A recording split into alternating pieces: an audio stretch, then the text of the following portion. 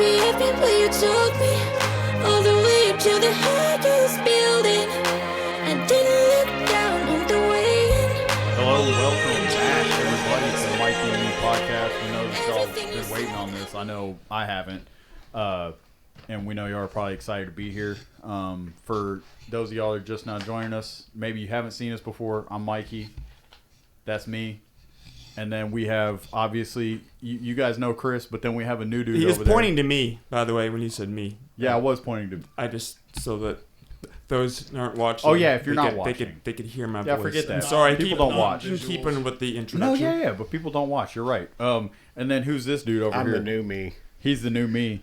Yeah, dude, he's... I don't recognize that voice. It's constant. Yeah, so this is a new voice. If you're... Because Matthew here, breaking the wall here. If you are... You know, you're not watching. That's my other brother. So there's three Smiths, and that's the third brother. I'm the middle Smith. He's the middle Smith, but I wouldn't say he's mid at all, bro. Hey, there's one of those little trendy little words. It's sus, bro. Yeah, you're doing too much. Riz, bro. Dog water, bro. No cap. But yeah, so Matthew, I think we got Caleb here, and figured it'd be cool to kind of go in and talk about a little backstory on how you know all the Smiths and Caleb and everything. I'm looking at the I'm looking at the trifecta here, all in a row. It's a glorious thing to behold. Right. I just letting you guys know, and it's the history that comes to mind when I look. Obviously, Chris, best man, blood brother, as close as they come, and then. That relationship eventually led to a connection with Sir Caleb, who was for me, the guest of honor. Yeah, and there's a whole, series of events in life circumstances that led to our friendship developing, which we can get into.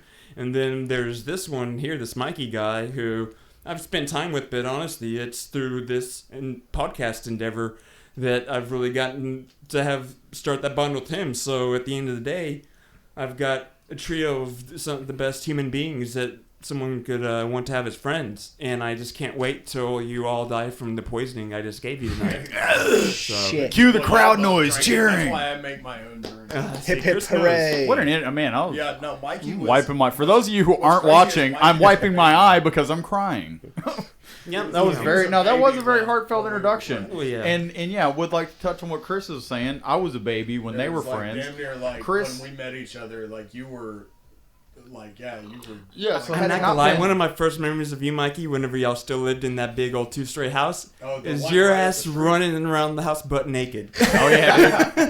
I did. And I felt like you were too old to be doing it. I mean, well, I still do it. Less than a mile I still do it because I was just like, his little brothers just run through the living room naked, and I felt like you were like 10 or something. That's why Caleb and Ashley call before they come over to the house, because they're like, Mike, we're heading over. Put on your clothes. No, you had to be like 5 or 6. Yeah, no. He was 26, whatever. He would have been way too young to like be hanging out. And then but just funny to see this little. Oh, there's his brother. How old's your brother?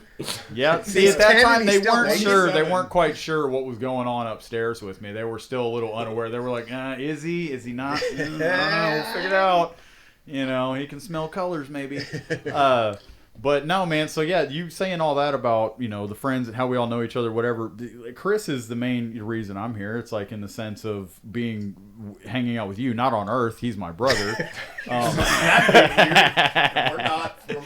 No, yeah, but he's the main reason I'm like, Matt's pretty much been like my older brother, and so it's like I think we've talked about this a little before, but since we got all the brothers here, and also how many times can we say brothers? Branches? Yeah. And we shade Matthew. We protect Matthew. Honestly, protect Matthew from his wife. Each one of us in our own special way.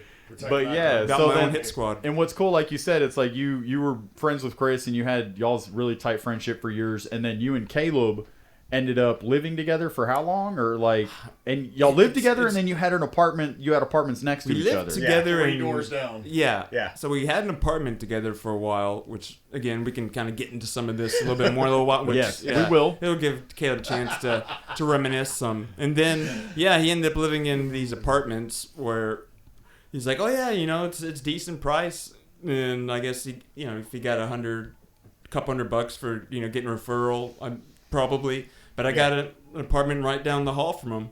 and it was basically like being roommates. But then that also correlates with a dark period in my life where I chose poorly with the relationship, and but you grew. I did grow, but Caleb, and rightly so, he took a firm stance against that BL.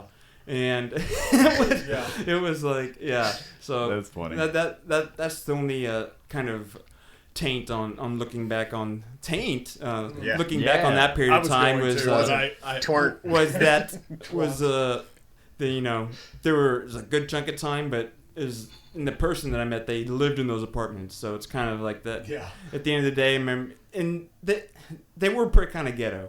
I'm not gonna. If y'all remember that recent Ebola outbreak a few years ago, it was literally down the street from those apartments. Which ones? The Levita or the? Oh yeah. Shout out to Lovers? My truck getting stolen. Oh yeah, no. Yeah, out at the bar, dude gets a phone call. Call me at 12:45. Didn't the cops ask you if you did dope or something? Yeah. Too? Well, no, they called the house because my truck was registered to the house. Oh, and then Debbie answered the phone, and then Debbie was like, "Oh, that doesn't sound like him." And then they gave them my cell phone number, and the cops call me whenever we're in Deep Ellum, and because we're at Anvil. Yeah, Anvil Pub. Yeah, we were there. R.I.P. Yeah, we were there, and then they called me, and I was like, "What? My truck's stolen? Get out! You got my truck's right out front. You got the wrong man." And then I was like, "Oh my god, you got to be kidding me."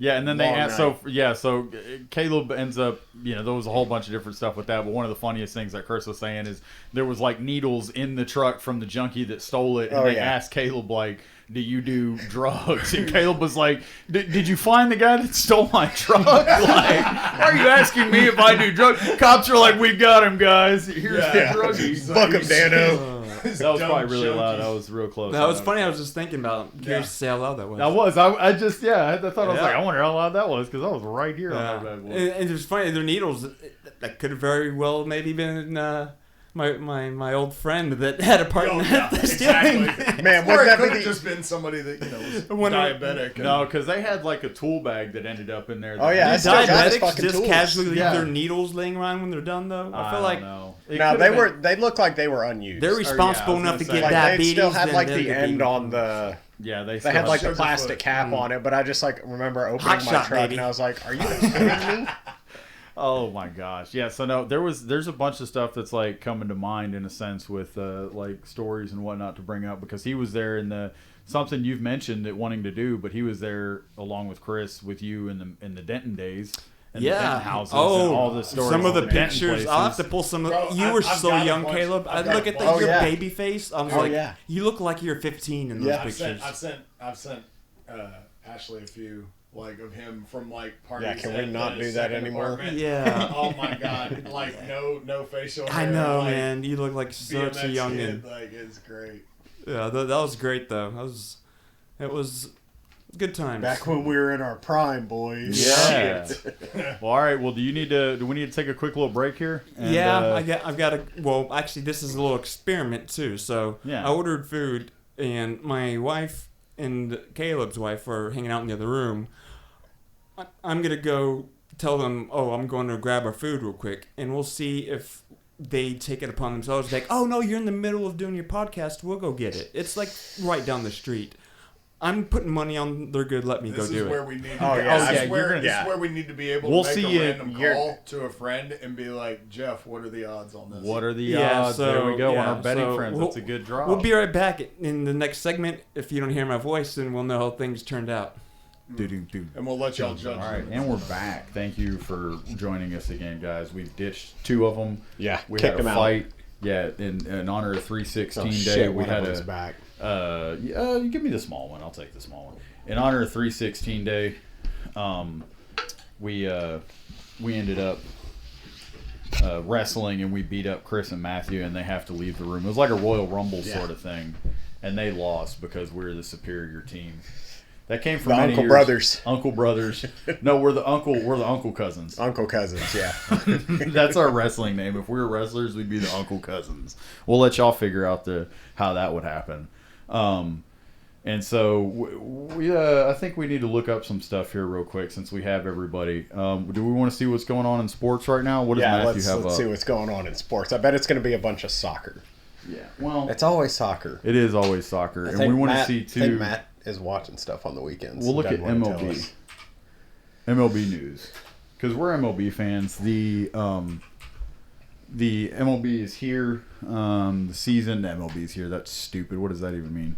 The MLB season is here. Present. Oh yeah, Spencer Jones, this dude for the New York Yankees. This dude's a stud. He smashed a home run today. He's honestly a pretty good player. Matt Chapman with the San Francisco Giants. I had no idea that even happened. Didn't you say Scott Boras? What happened there? Yeah, he wanted like $120 million, like on a long-term deal, and he ended up signing like 2 years for like 54. And so how does that even so Matt nobody Chapman wanted Matt Chapman. Nobody wanted. Well, Chapman? they didn't want him like at the price that he was asking for because Boras also represents Jordan Montgomery, who's still not signed, and then there was somebody else that he was. JD Martinez is another one who's still not signed. He wanted Bellinger to sign like a long-term deal for $100+ million. And I think he ended up getting like a 1-year deal for $20 million from the Cubs or something. How does that even happen with it being? Because you already know that I don't know this, but to everybody out there that's listening, I love baseball and stuff, but I have no idea how this like front office, behind the scenes things works with players and things like that. Hang on, let me move this over here. But so I have no idea how all that stuff works. Oh God, I don't even. Oh no, we're messing up. Uh oh. Oh no! No.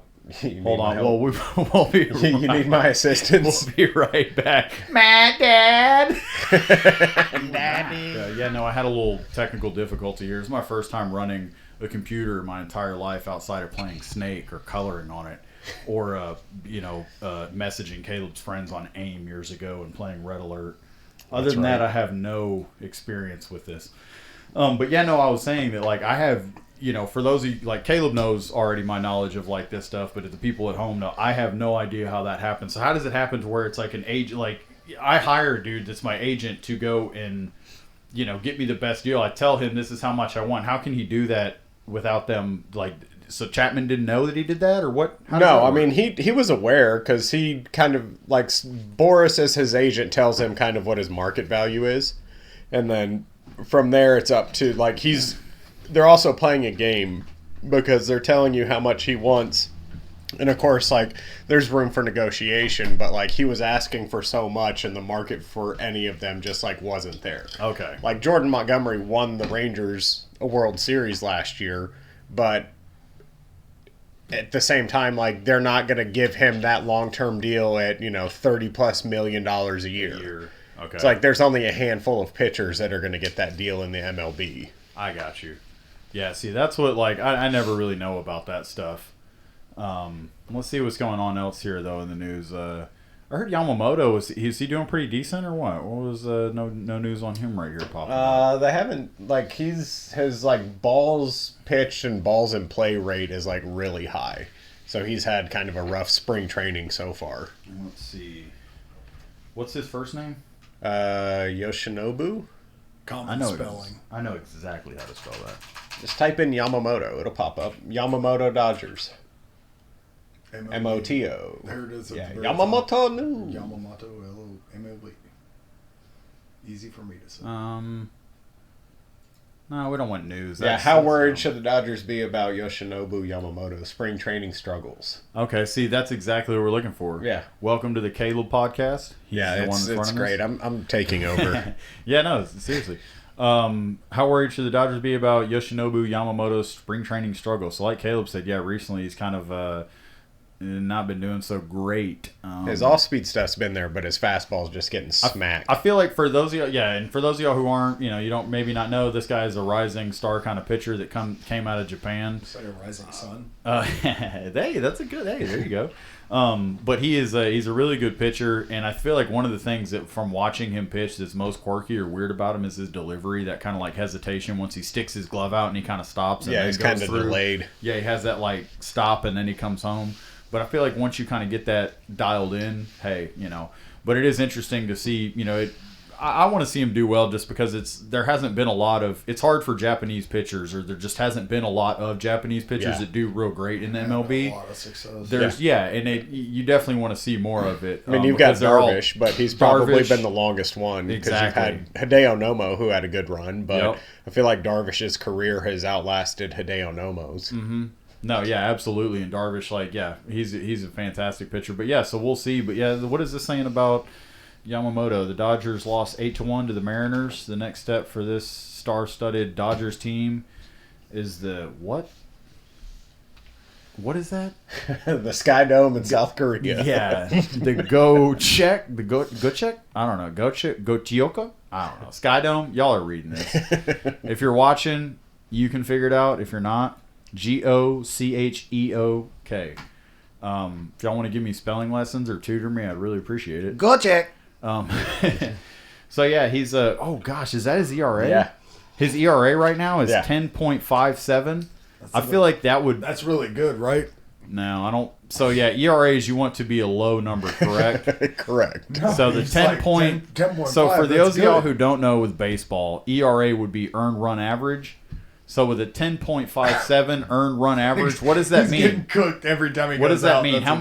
What is that? How does that average break down? Like a very average MLB pitcher, like a 4th or 5th starter, is probably going to have like a 5 or a 6. Yeah, it's like if you've so got he's double. If you've got a 7, if you've got a 7 ERA, it's like why do we even have this guy? Well, he's got the 235 whip. So the whip is walks, hits, innings pitched. So every inning he pitches, he allows 2.3 people on base, whether it's a hit or a walk.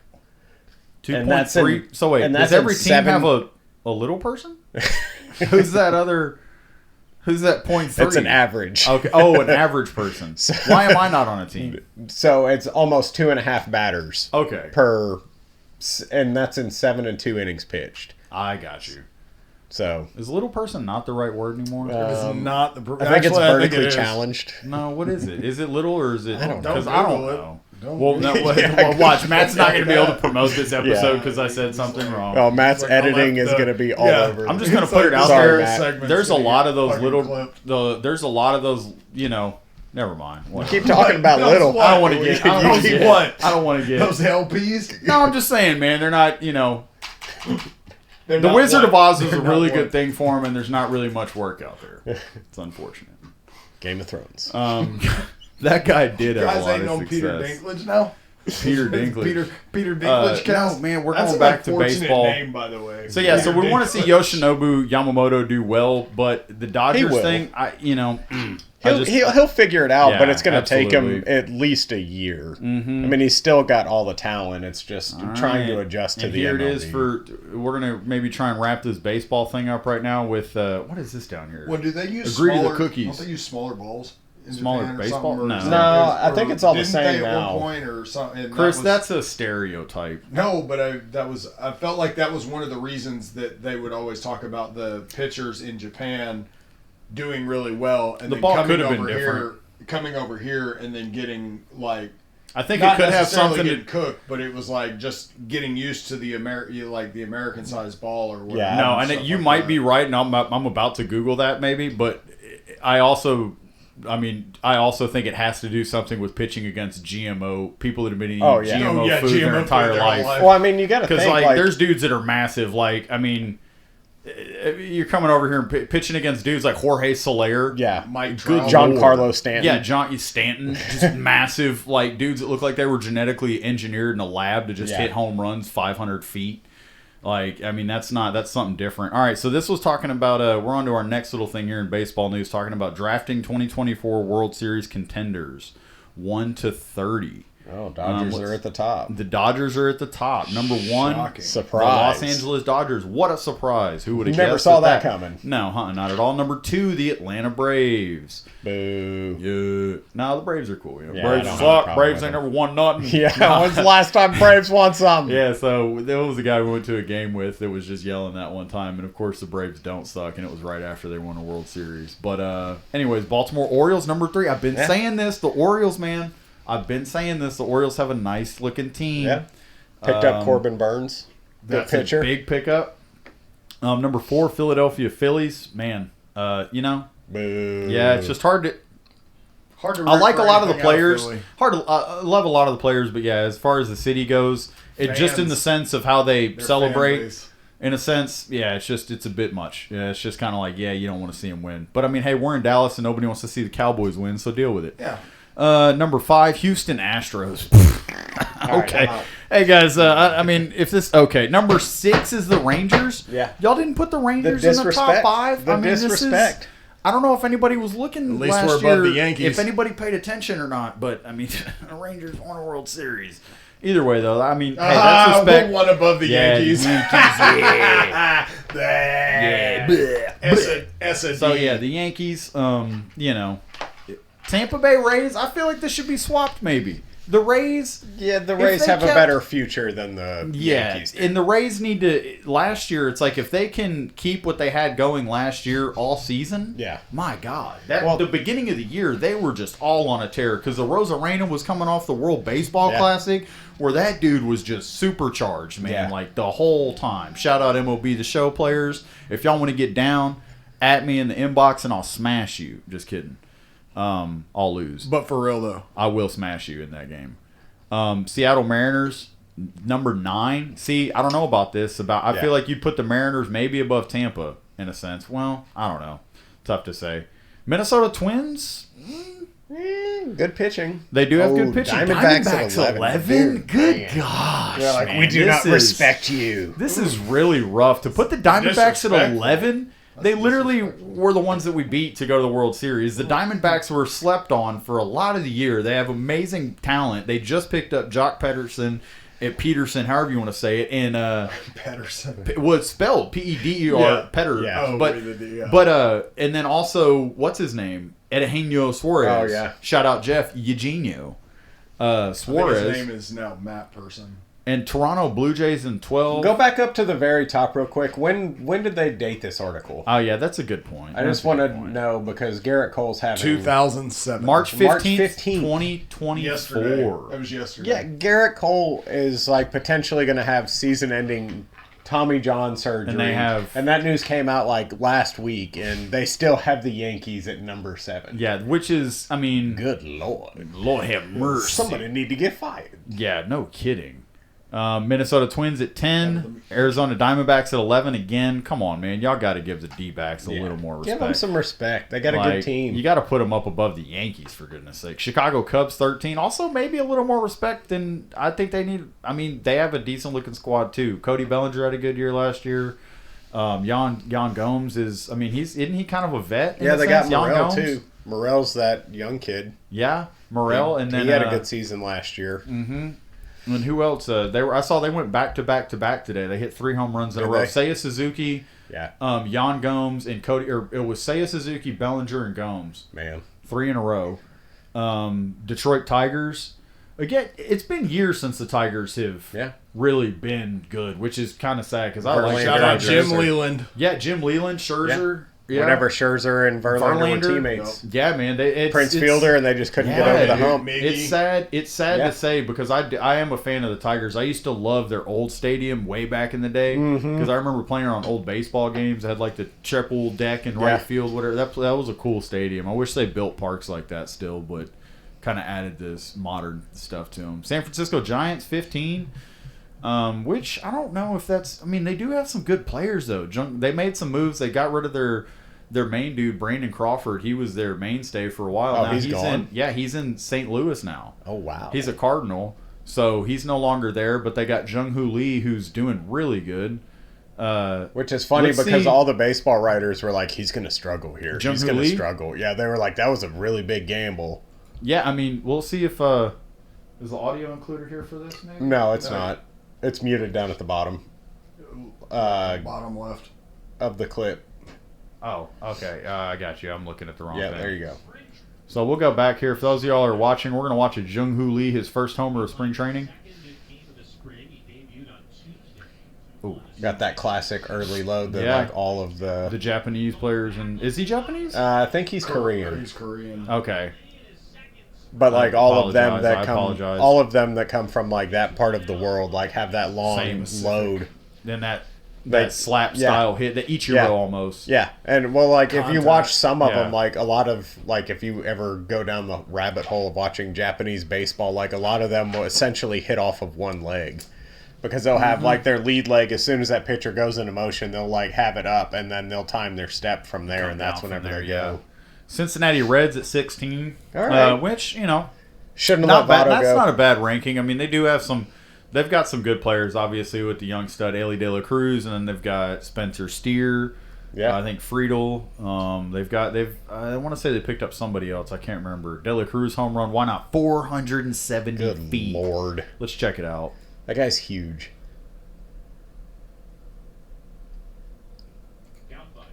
Oh. Ooh. Shout out Rockies fans. Yeah, sorry about that, Rockies. Again, it's you hate to see the Rockies just getting pounded year after year. But I mean, what are you going to do? How are you going to get a good pitcher to go pitch in Colorado? Let's watch that again with volume from the front.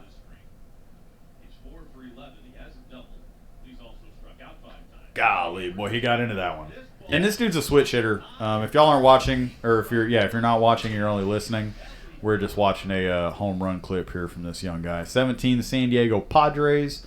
So we've got pretty much the top teams. We don't need to keep going through.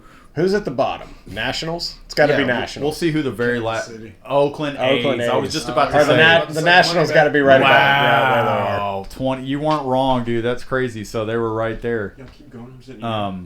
So. Yeah, cool. I mean, they were right there at the. Golly, that's funny. You called it. Yeah. I mean, it had to be the Nationals. Like, they're in the rebuilding phase. They did the right thing, like, blew their team up and traded everybody that they needed to and got a lot of prospects in return. My boy Eloy, shout out Eloy, hitting bombs, dude. This guy, I love Eloy. But no, there was something else. Where else was that going to take me? There was something else I was thinking about. We're talking about sports news. Oh yeah, we're mentioning him. I mean, while I can, not to get down a rabbit hole on him or anything, but just for people that were kind of like listening to me and Caleb talk earlier about the deals and stuff and how agents and things like that, we had mentioned the guy Scott Boras. Oh, the baseball antichrist. Yep. Yeah, and I don't want to, really give this guy any kind of,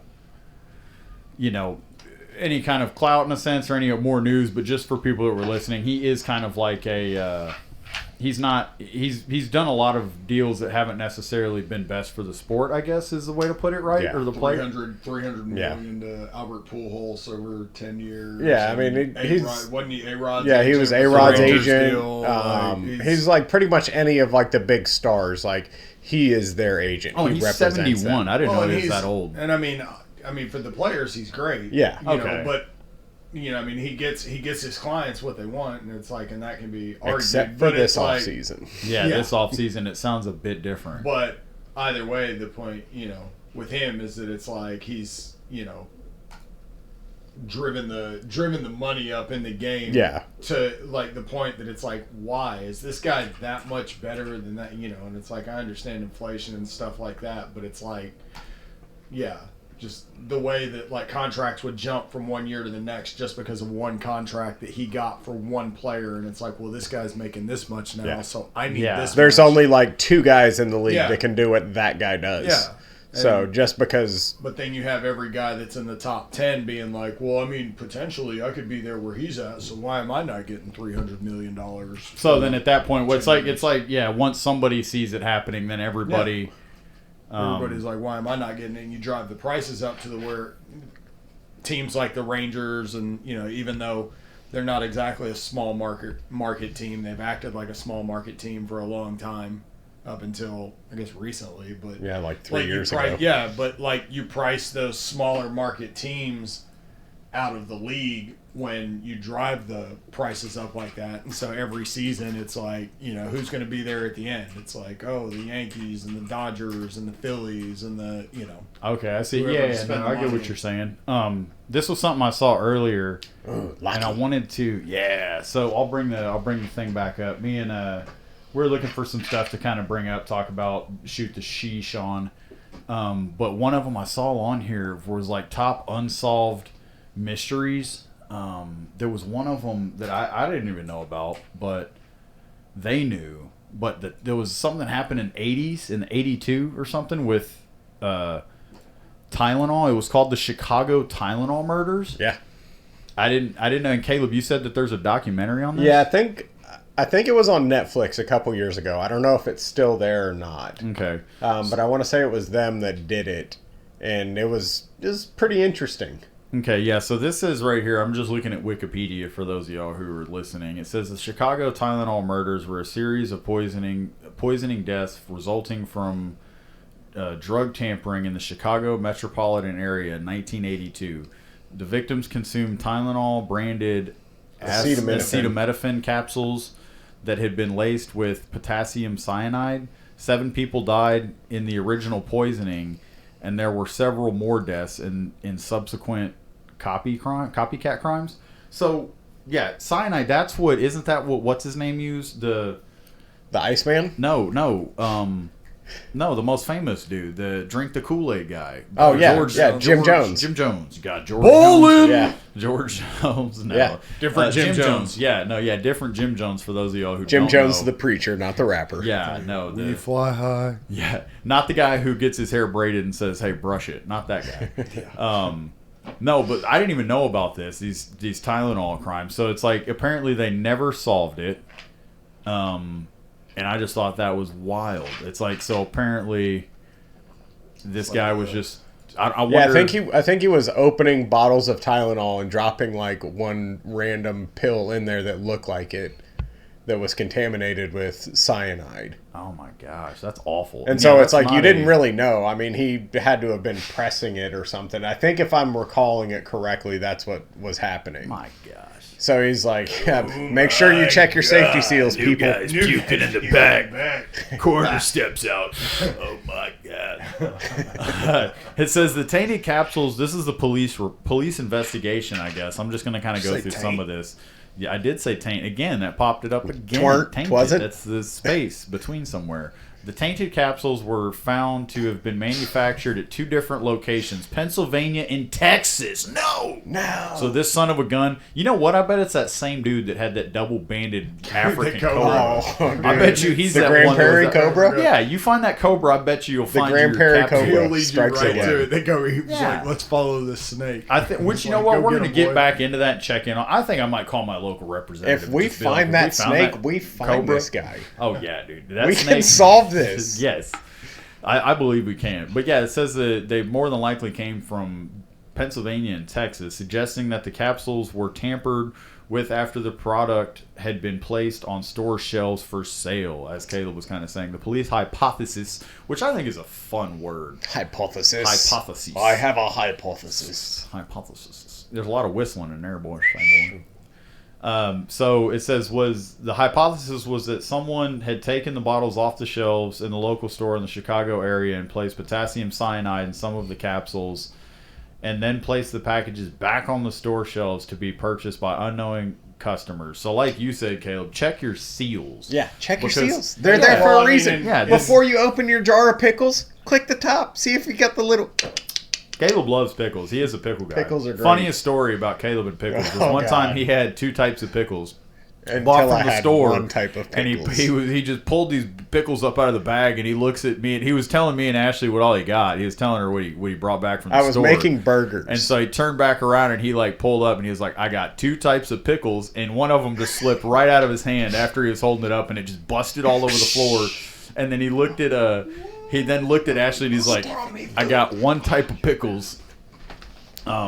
Chris's food just came here, so you probably might want to go get you a little better spot to snack on that. Nope. Right here. And says, so yeah, that was the Tylenol murders. Let's see. Again, that was a wild one. There was something else I saw in there in the top unsolved mysteries. Let me see if I can pull it up, or if it's gonna ring a bell. Oh, it was the letters, the Circleville letters. Yeah. And you know, y'all are kind of stuck with me right now because Matthew's like, he's eating, which is fine, but I'm just gonna take y'all down a rabbit hole. This type of stuff I like to look up and get into. I stay up late at night and just watch unsolved mysteries, and it's just reruns of them. Unsolved wiki. So Am I still sharing this? What site am I on? Is this Unsolved Wiki? Is this a real thing? What is this? Should I just go to Wikipedia? I don't know. We can start here and see where it leads. If it's it says details. In 1976, several Circleville, Ohio residents began receiving strange letters detailing personal information about their lives. Bus driver Mary Gillespie was accused of supposedly a non-existent affair with the superintendent of the school. Well, I mean, that's not necessarily super. I guess it would be kind of easy to believe everybody is after their local superintendent of the school. Am I not? Well, this was 1976, though. Yeah, I know, but I mean, I'm still saying I think the point holds true. Those people are hot commodities. It says the writer told Mary that he/she had been observing her house and knew she had children. It was postmarked Columbus, Ohio, but had no return address. Within 8 days, Mary received a similar letter. She kept the letters to herself until her husband, Ron, received one as well. Ron. And it looks like we can go click on Ron here. Ron Gillespie. If he did not stop having an affair with his wife, his life would be in danger.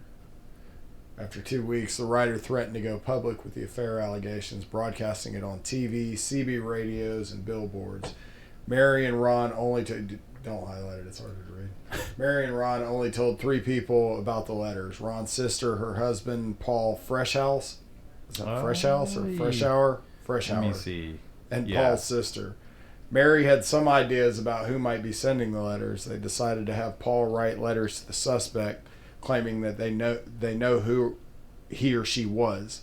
The plan seemed to work, and the letters stopped for several weeks.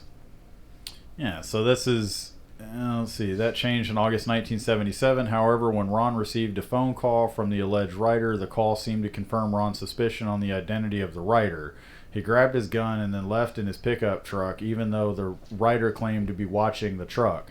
A few minutes later, Ron was found dead in his pickup truck, crashed into a tree. Investigators later learned that Ron had fired at least one shot from his gun before crashing. Sheriff Dwight Radcliffe questioned and eliminated at least one suspect in the case. He then ruled Ron's death an accident, claiming that he had lost control and crashed while drunk driving. Well, I wonder what time of day that happened. So that's kind of right there. We can go down, see if there's any other, instead of having to read through the whole thing. Yeah, that's a lot. Yeah, it is a lot to read through. But again, it was just kind of something interesting. Just saw it pop up and I was like, hey, what is that? The Circleville letters. Apparently one guy was just running around harassing folks, telling fake stories and rumors. And that would get people into shite, you know? Being like, hey, your wife's doing this. And in other news, here's another subject that I had seen recently, and I think, if I'm being honest, I think I got the right guy here for the subject. Since it's just the two of us. Just the two of us. How close do I have to be to Chris's mic? Yeah, you kind of just make sure you're intentional and you talk into it. Yeah. And kind of, into the front of it. Yeah. Blow out everybody's ears. No, yeah. But yeah, there's a Boeing whistleblower, John Barnett, found dead. Recently. More at 6. And let's see. That's just something I saw new. Ooh. It says Boeing. Here's Newsweek article, or just the top headline. Boeing whistleblower warned by family, quote, "It's not suicide before death."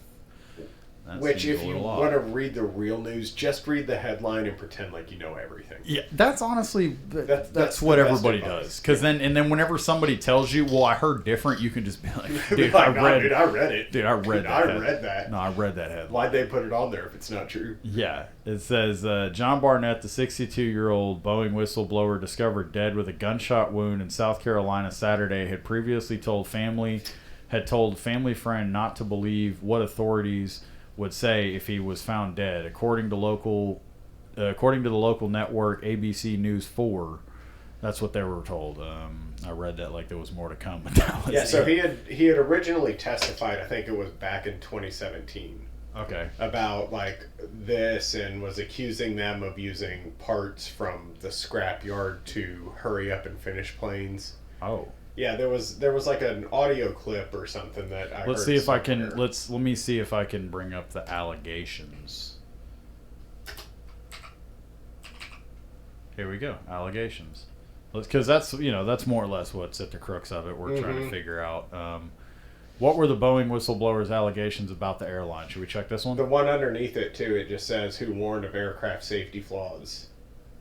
Okay, we can. found This is dead. NBC News.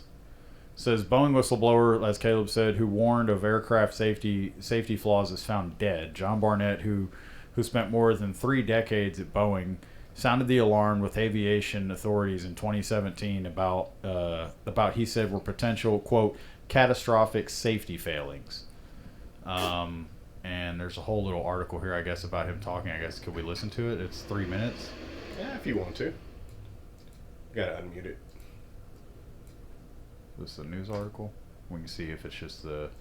This morning, police in Charleston, South Carolina, tell NBC News they are aware of the death of a former Boeing employee turned whistleblower. 62-year-old John Barnett found dead on Friday from what.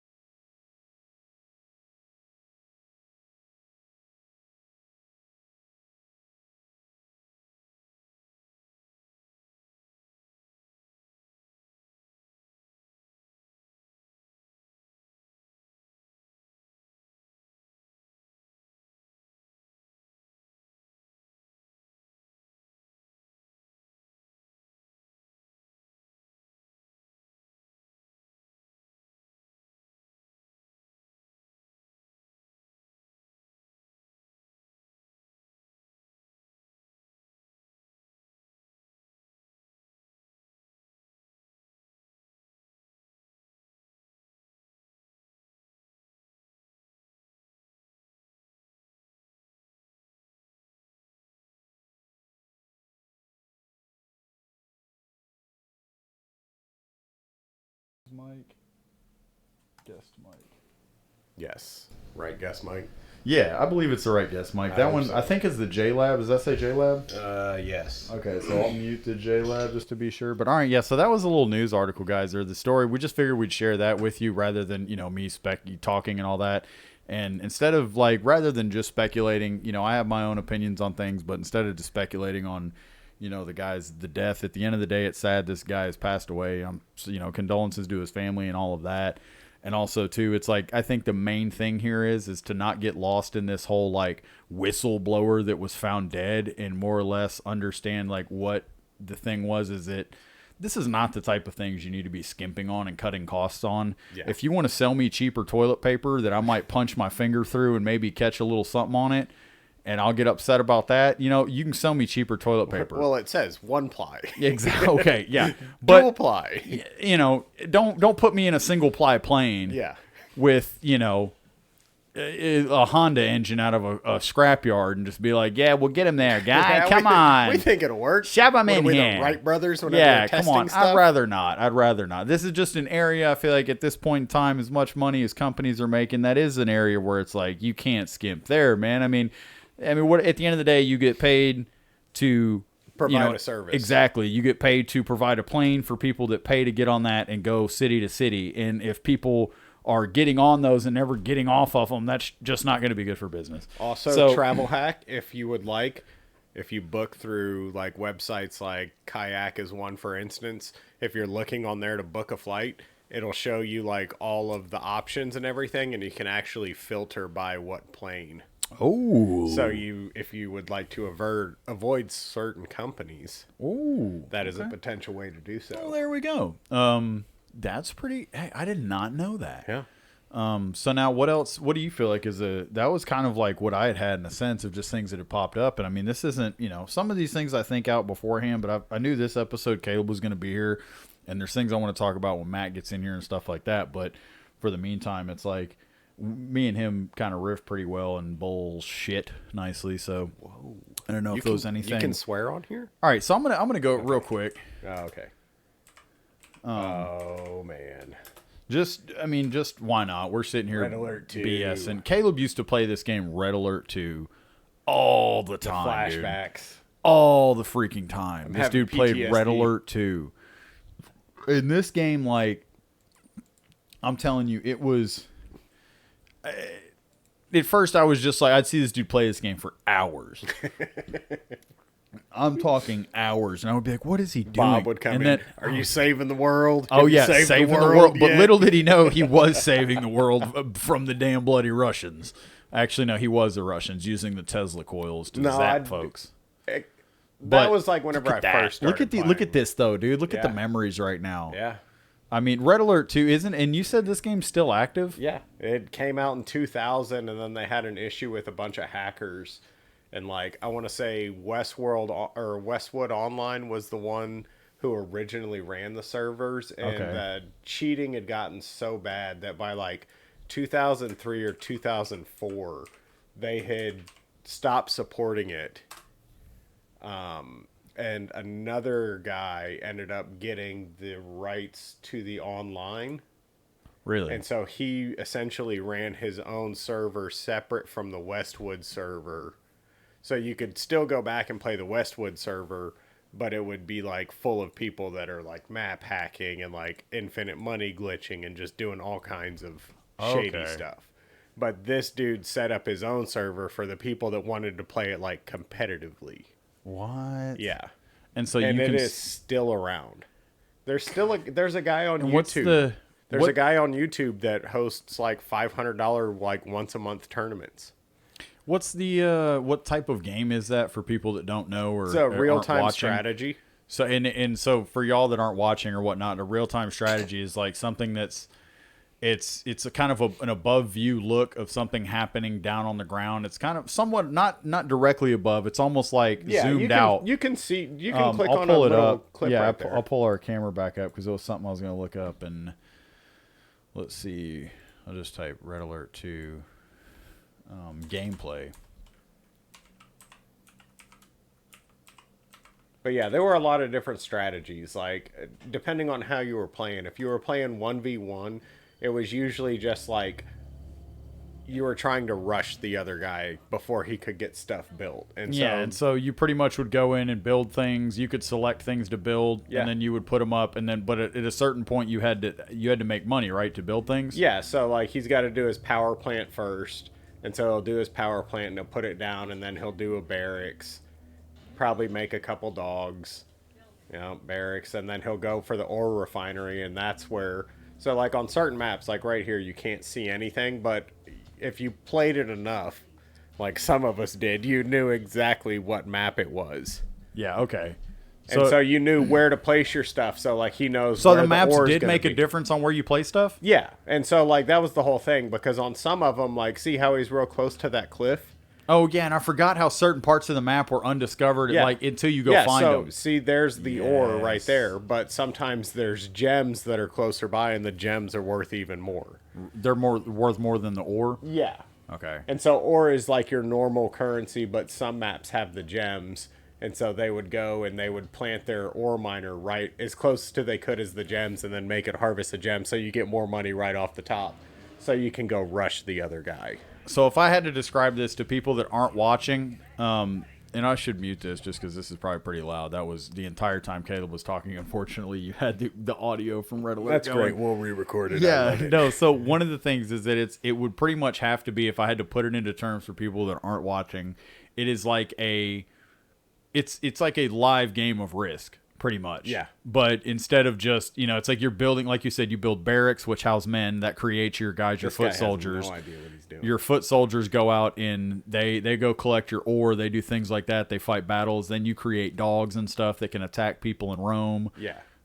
You can create Tesla coils that would zap people when they get too close to your base. To go they were conquer. like the defensive. Yeah, so pretty much. So pretty much, you would start off with building your main your power plant, and then you would go mine ore, barracks, and all that, and then you would build up enough of an army, and then you would go find other people and attack them and conquer. But this really was, in my opinion, I think. I don't know. Take it for what you will. StarCraft. I think it was almost the beginning of online gaming. Yeah, StarCraft was maybe a little bit. I think StarCraft came out before this, and that one had a huge following. But I was just never a fan of like the StarCraft. A lot of people that I knew were, but it was just never my kind of game. I always found this one like more entertaining because there's so many different ways to play it. Mm-hmm. But yeah, this game's 24 years old and still active. That's crazy. To the point where somebody is throwing $500 a month like tournaments for it. And that's wild. That's like almost like the saying of all things old become new again, but like this thing just hasn't stopped. Well, and like really. Like I said, this dude's probably not the best representation. No, not at all. This guy doesn't know what he's doing. He looks like he's fairly new. With that being gives said, you an idea. Yeah, it gives you an idea of what the game looks like. And let me see. So we've kind of touched on some of the things here. There was another topic. You want to talk about Mothman? We've talked about Mothman. I know. Before. Matthew's not here though. We should wait till Matt's here. Matt's not a Mothman. Well, Matt's gonna. When I bring up Mothman, Matt's gonna think of the Richard Gere Mothman prophecies. Yeah, he's gonna gloss over. I know. He's gonna. I know. It just shuts down. It is just kind of a cool little folklore thing. But honestly, for those of y'all who are interested in lore and folklore and cool things like that, whatever, there was a pretty good documentary that came out on, was it Amazon Prime? It was the Hellier thing. Oh, yeah. Is that on Amazon? Yeah, I think about so. Almost like little beings. Yeah, like the little people of Heller or something. It was just called, it was called Hellier, but then they said there was like some little people things. It was an interesting story. Out in them hills. But it was a real life thing that happened. Some people ran like a paranormal website, and some guy reached out to him and claimed that there were these little people on his property or something, little beings that were kind of terrorizing his place and things such as that. And that was really an interesting documentary. It got in the longer it went, it seemed like they really started to kind of grasp for some things. Yeah. Rather than just try and find like proof of something else. But then they started getting into like sensory deprivation is what I think it is. And it might even touch on some of that stuff me and Matt have talked about with the remote viewing things. Maybe, I don't know. But they put on like, at one part, the girl like puts on like an eye thing or whatever to block her vision, and then she puts on like earmuffs, and it's like supposed to be this technique that they can, contact something. I don't know. I see it as sensory deprivation, where it's almost like the longer you deprive yourself of your senses, you kind of get a faint hallucination effect. Yeah. So it's like, I think that's more or less what's happening there. And that was something I was going to talk about earlier about, it was kind of a side note on something we were talking about on why I think certain things happen or how that even comes up, but I don't know. Can't even get to that. Way to go. Yeah, I think Matthew and Chris have just left us for good. They're eating. Oh yeah, dude. That's okay. We we're gonna put a little something in their food. Oh yeah, dude. Matt was talking about that. I got something I'll put in his food. Well, Matthew likes to take breaks a lot, and I want to keep going, but I'm going to take a break just to give him an opportunity to play more music. So with that being said, break time. We enjoy this track. And Chris and Matt will be joining us shortly. Maybe. Yeah, they're eating. They're finishing up food. Matt's soothing the baby. He's doing his 5 S's of his fatherly, Matt's writing a book, and Matt can check this later. He's a great dad, but he's out there doing his thing and getting that baby calmed down. He's putting his theory to work. He is putting his theory, and I think he's right. He could write a really condensed book on just like how to be a rock star dad. One of the things I was gonna talk about here is I'm gonna kind of surprise Caleb in a sense. Uh-oh. And I'm gonna surprise him with a topic here that he doesn't even really know that I looked up, but it's a topic that I remember hearing jokes about as a kid in the town we kind of lived in Waco. And I don't know. Hang on. I think I messed up with the camera here. There we go. Okay. Yeah, there we go. Or no. Okay. We'll figure it out. So I think I have to stay on the I think I just have to stay on the master camera here to be able to keep it up on the screen. I just want to make sure the viewers can see what we're looking at. But there was we grew up in Waco. Well, we didn't grow up. Let me start over. We were all born, me, Chris, Caleb, Rachel, all of us Smiths were born in Dallas, Texas. And we ended up moving to Waco at one point, and Waco is an interesting little spot. It's an interesting place.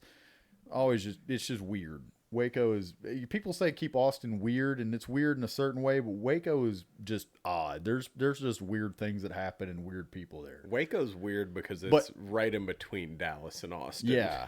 But I mean, with that being said, there's also really cool people there, and I've met probably some of the best people I've met have come out of there in a sense. Aaron, literally, I was gonna say, dude, like probably him and Matt are the two people that, I mean, it's like they're straight up family to me. They're brothers. But either way, neither here nor there.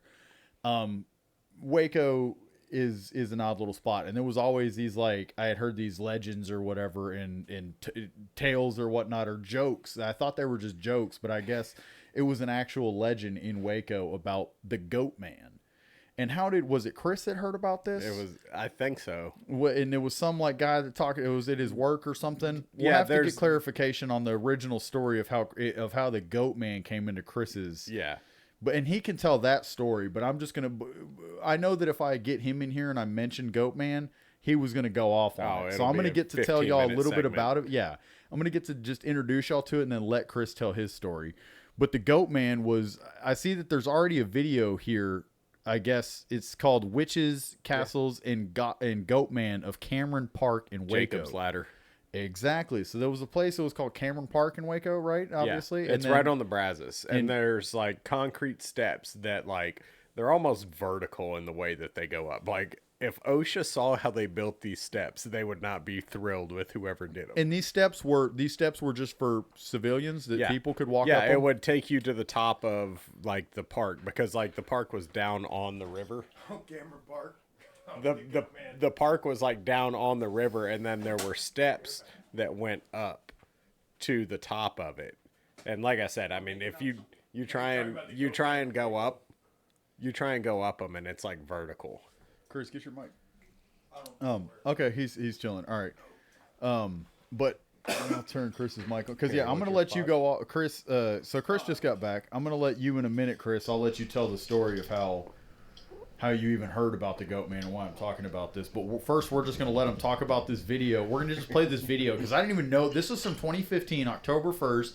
It's called Witches, Castles, and Goatman of Cameron Park. Oh, it used to be mad fucking witches in Cameron Park. And that's what I'm going to let you go off on, because that's why I even knew about this. And that's why, again, about what I mean about Waco being an odd place. There's a lot of other things we could go into later, but I'll just play a whole shit on that. Yeah, so I'm going to play this real quick, and we'll just see. I've never watched this. If it's crap, I've had them before. I'll mute it if it's crap. Or I'll go on. Do you need to mute it? Is it going to override our volume? Supposedly a woman who was suspected of witchcraft lived in the woods at Cameron Park. Yeah. Some people went missing while walking in the woods. Most believe the woman was the cause of the disappearances. I'm just reading off what it's saying on the video. Yeah. They burned down the woman's house with her inside. The Goatman has also been known to appear in the park. In the park. Not the park. Yeah. It says part on the screen. Yeah. They're the ones that misspelled it. It says also, it says the Goatman. Go ahead, Chris. The Goatman has also been known to appear in the park late at night, followed by occasional mists, smells of decay, and a reputation for nightly mischief. He's just funny. Night follow by. Yeah. Not followed, follow. Yeah, exactly. Oh, okay. This isn't. Never mind. I was locked This up isn't- with. I I think I was locked thought- up with these okay, guys. There would be ghost hunters I over wasn't. here. Nah, yeah, I wasn't trying to. This dude. Boo! He might have a good video, but I thought it was more or less like a condensed thing where it was like the Ghost Man of Cameron Park and Waco. No, that wasn't it. Just go to YouTube and type in Goatman's Waco Bridge. Goatman. What the fuck is she talking about? Goatman's Bridge. I don't 20. know. Goatman's Bridge. Yeah, I don't know what any of that's about. That's a Okay, well while I bridge, hang girl. on, while I search for more Goatman, Lore. oh, hang on, Chris. I think. Oh no, your JLab mic's on. I apologize. I'm over here running things. I'm running things. Cream Jamie, corn. can you pull that up? Yeah, I'm Jamie. I'm pulling things up. So while I try and find like maybe reputable stories or info on the Goatman, Chris, I would like it if you could just tell the story about maybe where you heard the story of originally about that guy that told it. Was he somebody you worked with? Whatever. You was take in it from jail. here. In jail. He was in juvie. And how old were you? Fucking 16. And how old was this guy? Oh, I don't fucking know. All the doors were closed. We were talking through the fucking cells. Like And that was everybody like- was just How'd you talk through the cells?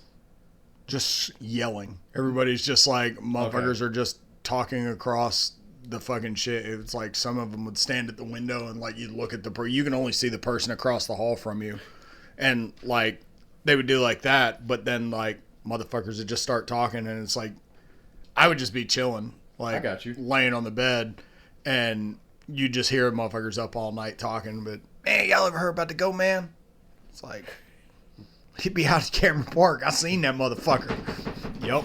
He was like, you don't be seeing nothing, you just be hearing it. And that's what that motherfucker started doing that on his door.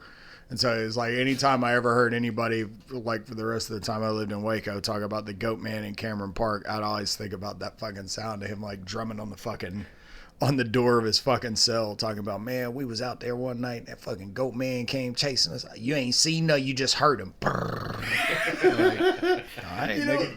but I mean, that's like that forever has like been something in my mind that I'm just like it was funny because I'm like that was just a story my brother told me, but I'm googling it and there's stuff popping up on Cameron Yeah, Park. no, it was legit. I mean, or not. I mean, not necessarily. Like, It was a legit but it was urban like- legend. I seen him. It was like like at Jacob's Ladder or whatever. Because Cameron Park is one of the. I think it's like the largest, like park in the whole state, or it was for a long time. There may be bigger ones now, but it's actually like really fucking big. Goatman's And there was Bridge. there were a lot of like, you know, like local witches, covens, stuff like that would like go out there into, because you could just go out to like certain parts of Cameron Park and just kind of get lost, you know. And if nobody was like going up in there, because there were roads that would lead like up into it, up to like Lover's Leap, because Lover's Leap was a sheer cliff on the side of the Brazos. Like when we had watched the race boats, Yes. there was that sheer cliff across. That was that Lover's was Leap? Cameron. That was Cameron that was Park Lover's right Leap. on the other side. That was Cameron's Park. yeah. And so like Cameron Park would like it almost is almost like if you're like up in the mountains, like in like somewhere like Arkansas or something. And like it was goofy because Waco is for the most part just flat, but like you ride through Cameron Park and it kind of twists and winds into these like goofy, like almost like backcountry roads up through there. And I like, did not know it is not a neat place to be at night. Like, Yeah. So the like where we used to watch the boat races Yep. was further like down the river. The stairs and on to the not it. cliffside. No, Yeah. we were on Yeah, the we were on you the were looking opposite at side. where the boats would Because we were start on was the what was Lover's it? Leap. Buzzard Billy's was on the water. No, it's on the water now. What was it back in the day? Ninfa's? No, No. there was nothing on the cat or the steakhouse. There was that steakhouse that Yeah. was right there, but that was it. Yeah. Right across the street from my fucking that- hood ass apartments over there. Well, that was Buzzard Billy's. I think is it was. there now. It's in that. Yeah, Yeah, in that they spot. moved. They moved I from got the you. one Yeah, side yeah, of the river, like by crickets and gotcha. all that. To I haven't the been to other Waco in like fucking 17 Oh, years. dude, it'd so- blow your mind. Yeah, I know. It'd blow It your all was- behind Fazoli's and all that off the highway is just massive apartments for college kids. Yeah, like all the of that is Section 8 apartments. stuff's gone. It's all just nice ass. That's crazy. It's Yeah. nice ass It's not, apartments. none of the fucking With, like, ghetto art ass, on like, the side South of them and East stuff, Waco, dude. Yeah, It's that literally- Whataburger was popping. Oh, at dude, man. midnight. So Oh much. yeah. So many- So Cameron Park. Either way, but I just saw down here. Did they get somebody got dropped some Oh, Goatman pictures, big. dog? Look at all this pubic hair. Spaghetti. Well, I'm trying to blow up the goatman of Old Alton Bridge, a tale rooted in Texas historical. Oh gosh, racial tension. Okay, wrong article. I seem to have stumbled upon. That might have been while I was in jail. Like why it was like mainly the brothers that were talking about it. It like, could have been. Oh, that's a good point. But also too, though, it says was the bridge Denton? Because I feel like this is talking about Denton, Texas. Yeah, this North is Texas. This is some goofy shit. Okay, this is totally not the Goatman of Bridge. Cameron Park. Boo! Yeah. You fucking Denton. Denton trying to copy everything. Denton always trying to copy everything. They copied Austin with the hipsters. It's like we're the little Austin, and now it's Denton. We're the little Goatman. Keep Denton more weird than Austin. Yeah, it's like, come on, dude. They're the Zoolander of Texas. Wait, this is Sorry, a TikTok? Shout out to all the Denton people, They have by the something on way. TikTok I still about- love you. Continue his guess. There he is. Second video. Oh, yeah. That's Cameron him. Park Zoo. Bro, Waco. if that fool came running, nope. Goatman. That's not the that Goatman. that would be more, that goat right there, that would be more terrifying than like the black, like long-haired goat with the long horns Yeah. and the Just like the real that one. goat? That Yeah. guy just comes Look at up they and stands up on look his at he hind just legs. come running. Nah, bro, that fool come running after you. That's Yeah, no, a that would be a problem. little bit scary. I would have to start. I'd have to pull out the iron. Yeah, he was like, hit him with the Oh, pole. sorry about that. Hit him with the Seems pole. like just last Got week to- I was riding down your block with the iron. Got the Yeah, switch so on hang the now, pole. This isn't. I'm trying to find. We need to find more stuff on Cameron Park, Go guys. to YouTube. Cameron Park scary stories. Yeah. video. This is gonna be some. TikTok. And like there Oh, wow. was, and like the goat man came running. We were out there Look at smoking. Jacob's ladder. We were smoking dope. Yeah, that looks Look like at a good this. one. Oh yeah, she's like, I'm gonna run. She's like, look at my tan leg. I'm influencing. I think there was a goat man watching me. Maybe His did right he think hair. I had a gat. What do they call it? Yacht. Sidewinder. What is that booty? What do they call it now? Gat. Yeah. Oh, I gat. have a Yeah, gat. gat. GY. Do I Yeah. have a gat? I think Gat. You know what we because I need got to a do? gat.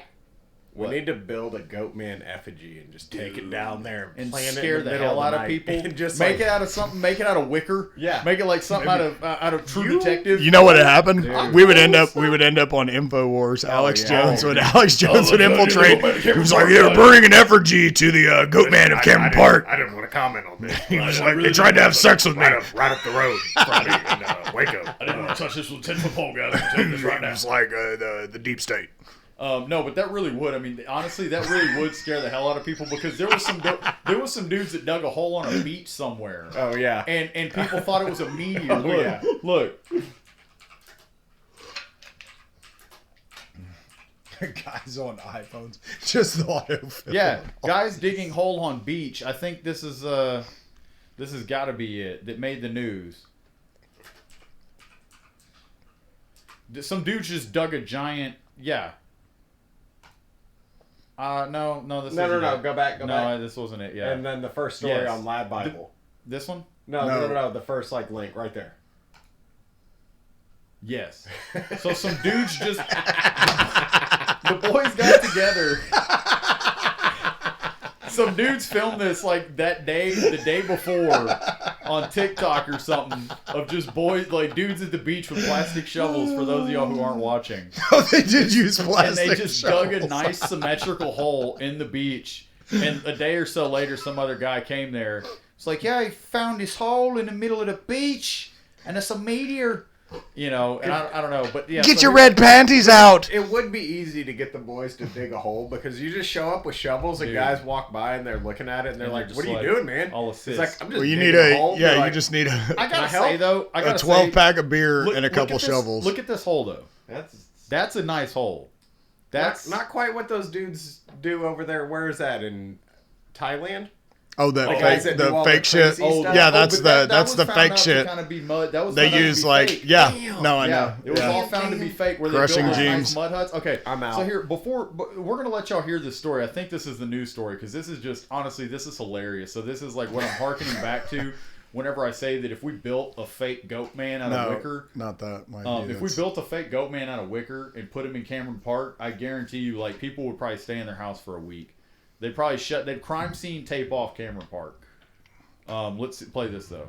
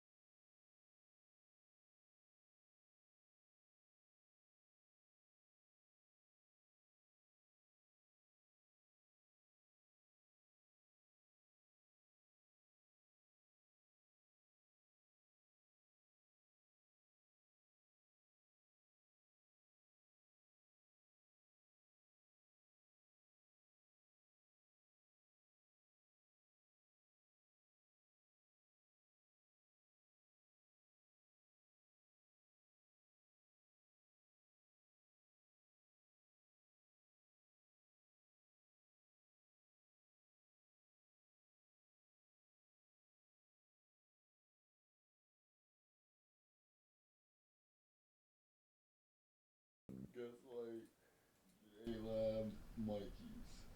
Wait, I'd just like to say I hope that my mic wasn't muted that whole time and Matthew's was on. I just noticed. I think I had my mic on. Either way, yeah. What are your comments on that, Caleb?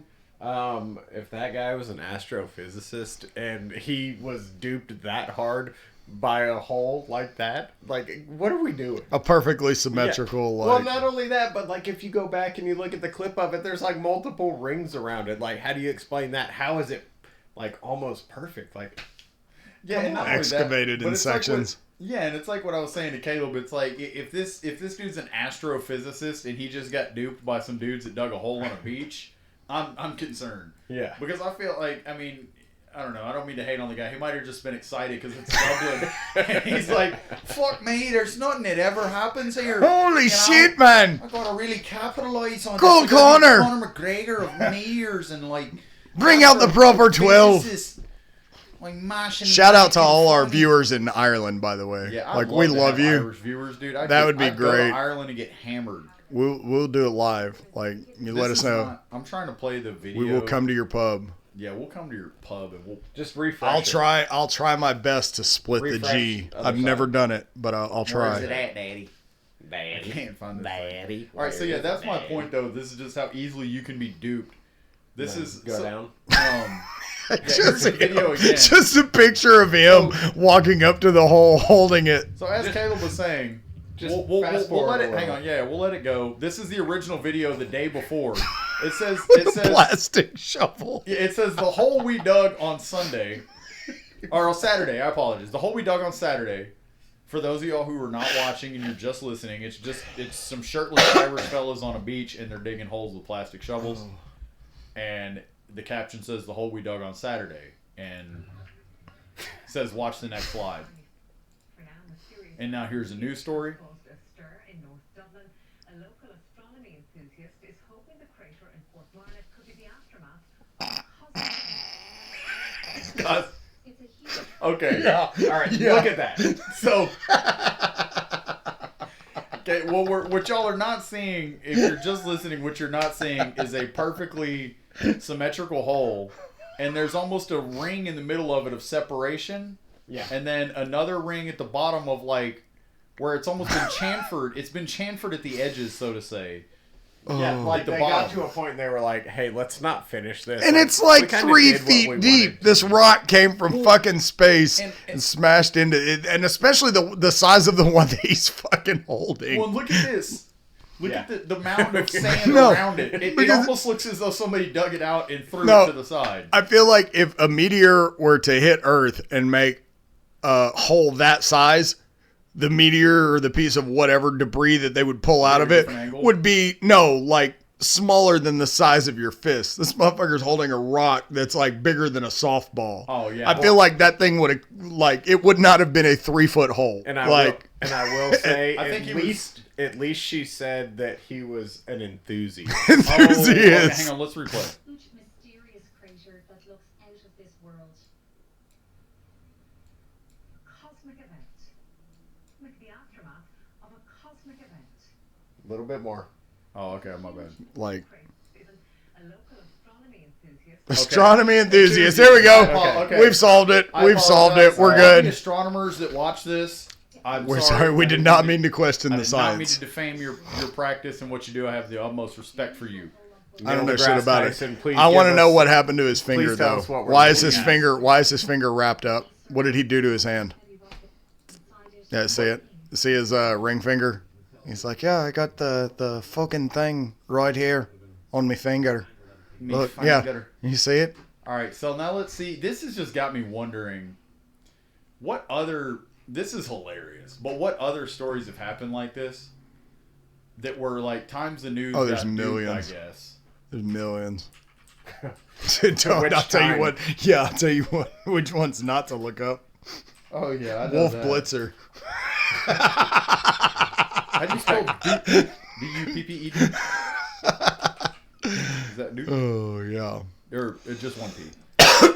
Oh my God, this is stupid. Yeah, the first thing I'm seeing is political stuff. Yeah, it's all going to be political. No. It's going to be like, well, actually, this one time. Nobody cares about CBS News, don't get fooled by these fake news sites. It's like, Okay. It's like, loosen up, would you, for God's sakes? We're trying to have a laugh. With Tucker Carlson, Florida rep.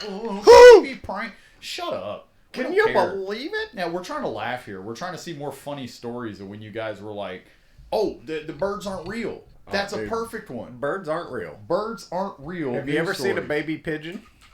Continue. Where's a baby pigeon? Could you pontificate further on this? Where have anybody let us know in the comments if you've ever seen a baby pigeon? I have to be honest, I don't think I have. But here's another question I have for you. When have you ever seen a baby any bird? Exactly. I was going to say that. When have you ever seen a baby blue jay? I don't know if you never see baby. Well, that's the whole thing. Well, and that's the whole thing. Is that? But like, do they just go learning from to like fly? baby to just like full grown? Well, they push them. No, they like once they're capable of flying. You ever seen a pigeon fly? They'll fly Like 0.4 seconds before your tire fucking flattens them. Are the best. Pigeons have better reaction time than Anderson Silva in his prime. So let's see. Like a pigeon will like, I'm about to run this fucking pigeon over, and that motherfucker is gone. Like he disappears under your car, and then he just like flies out the side at the last possible second. For those of y'all, backstory on this little, I guess maybe I could go to just the news thing first, or just to play the clip. But I'll break the wall here. Birds aren't real is a satirical conspiracy theory. Come on in, the water's fine. What do you got here? Oh, yeah, coming out. Come on in, sit down. I'm gonna make another drink while you read through this. Might be coming and going, so it's okay. I'll chime in when I Don't worry, You want Matt. your light turned on? We'll do a real one. And Matthew is back. Oh, let's see pluggers. Everybody, welcome back, Matthew. Yeah, the lovely, sexy. Hello, everybody. Sorry, I've been doing some Also, baby too- support here. So yeah. we'll Yeah, start no, with he's that. good. You can just interject as you'd like. We've just been talking about funny stuff. But here's this birds aren't real thing. And I'll just play Matthew. Just like flat earther type of stuff? No. You're just joining us. So No, we're talking about it's a satirical like Okay, conspiracy theory. I'll let you. Yeah, so you're just not joining us. Yeah, and I was keep just going to going. catch. I was going to catch you up on what we were talking about. There was a funny story that happened, and we're more or less talking about the Goatman in Cameron Park in Waco, and how one time I was just saying that we could Just go build. promise me this in no way even reminds me of the Mothman. No, I told you, Caleb. I told you. I knew, but No, see, not at all. Not at all. I knew that if I mentioned the Mothman, it would just like drive Matthew. It's like up nails wall. on a chalkboard. Yeah.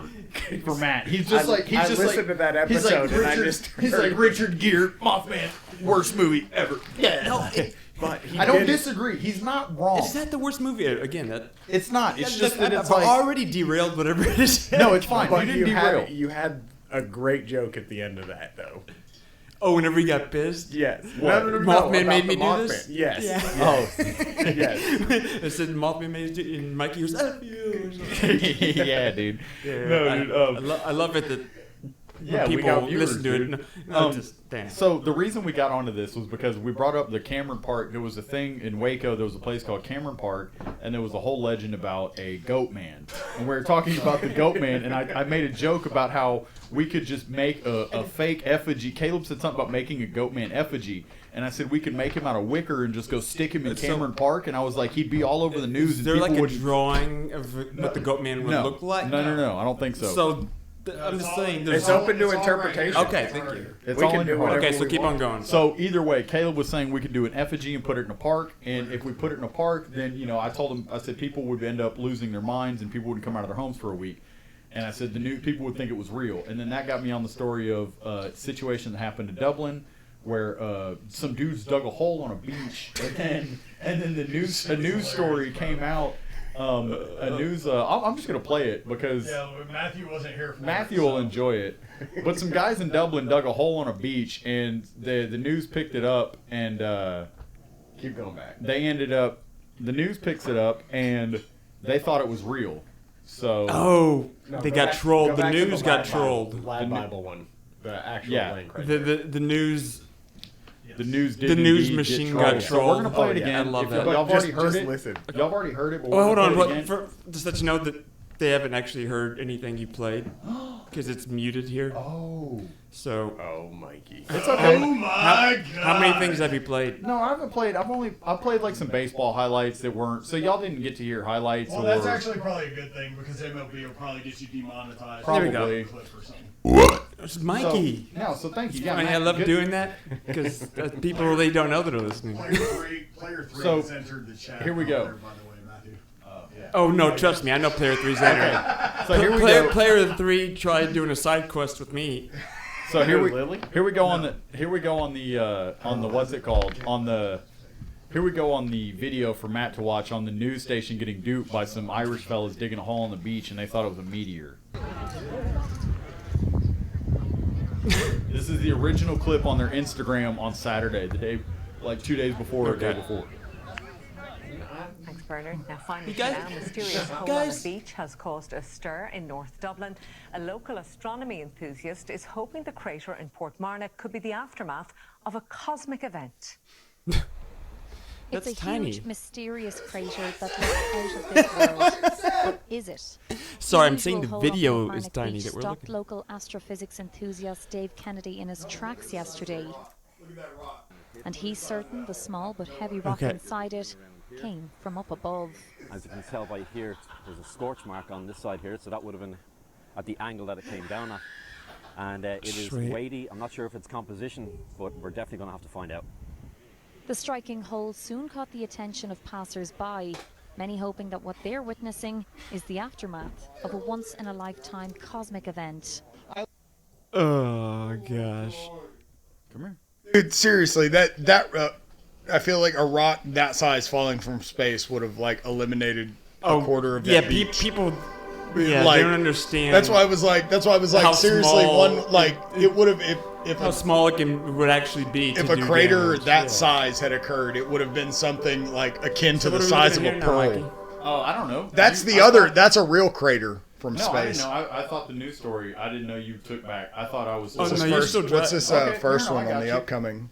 Hang on, I got you. I want to hear what this guy has to say. This isn't the thing. This is Oh, different. no, I know. It I'm- was just I'm- this. Oh, I'm okay. beating a little bit, so. Yeah, go ahead. Keep on. So yeah, that was that story. It was we were pretty much talking about times the news got duped. Yeah, and birds. things like Birds that. aren't Birds real. aren't real. Birds aren't real. Totally derailed you guys. Yeah, no, it's fine. Dude, look what you did. It's You fine. little Now you're jerk. up to speed, and now you have context. Oh shit. Oh, okay. What do you need? What do you need? I'll get it. No, I just left my quesadillas in the I'll oven. get Here. it. He's I'll got get it. it. They're in the. They're literally in on the the oven. counter. Thank They're you. on the. Like they're just on the rack. You can just put them in a napkin. Thank you. He's gonna I'm go talking look- to the mic like hey. He's gonna look. He's gonna look in the actual oven and not the. No, I know. That's what I'm saying. All right, so this brought me to another time. I went to further look up times the news got duped, and it just kept I bringing up got two political- Smiths on it. There we go. and it kept bringing up political stories, and I was like, we're trying to laugh, people. So I don't know if you've seen this, Matthew. Birds aren't real? I don't think so. So this kid he actually got on the news, and they were, they took him very serious until he got on the news and started talking. Yeah. But here this is for the people at home that have been waiting and they've been hearing me talk about this. There's another time the news got duped on a fake All right, story. maybe you've seen the billboard near the Highland Strip or heard the story on Wednesdays Live at 9. A campaign called Birds Are Not Real brings its efforts to the Mid-South. And this morning we are joined by one of the messengers of the movement. Peter McIndoe is here to tell us how this all came about. We want to emphasize you were not the founder. No, ma'am. So how did you become aware of it? What is the message of the movement? The message of the movement is essentially to spread awareness that from This is a 1959 scruffy-haired looking through guy in 2001, his early the government 20s that looks like a mercilessly total pothead. genocided over 12 billion birds and simultaneously replaced them with surveillance drones in disguise Thank you, sir. that film us every day as equally as these cameras That's on the oven are react. filming us right now. So what do you have to back that up? To back that up, I have as much evidence as the birds have provided. There's so much. So this is really satire. I mean, you don't really believe that happened, correct? This is a satirical campaign to make the point that what? You're looking at me like, no, it's not satire. I really do believe this. Honestly, it's kind of offensive. Okay.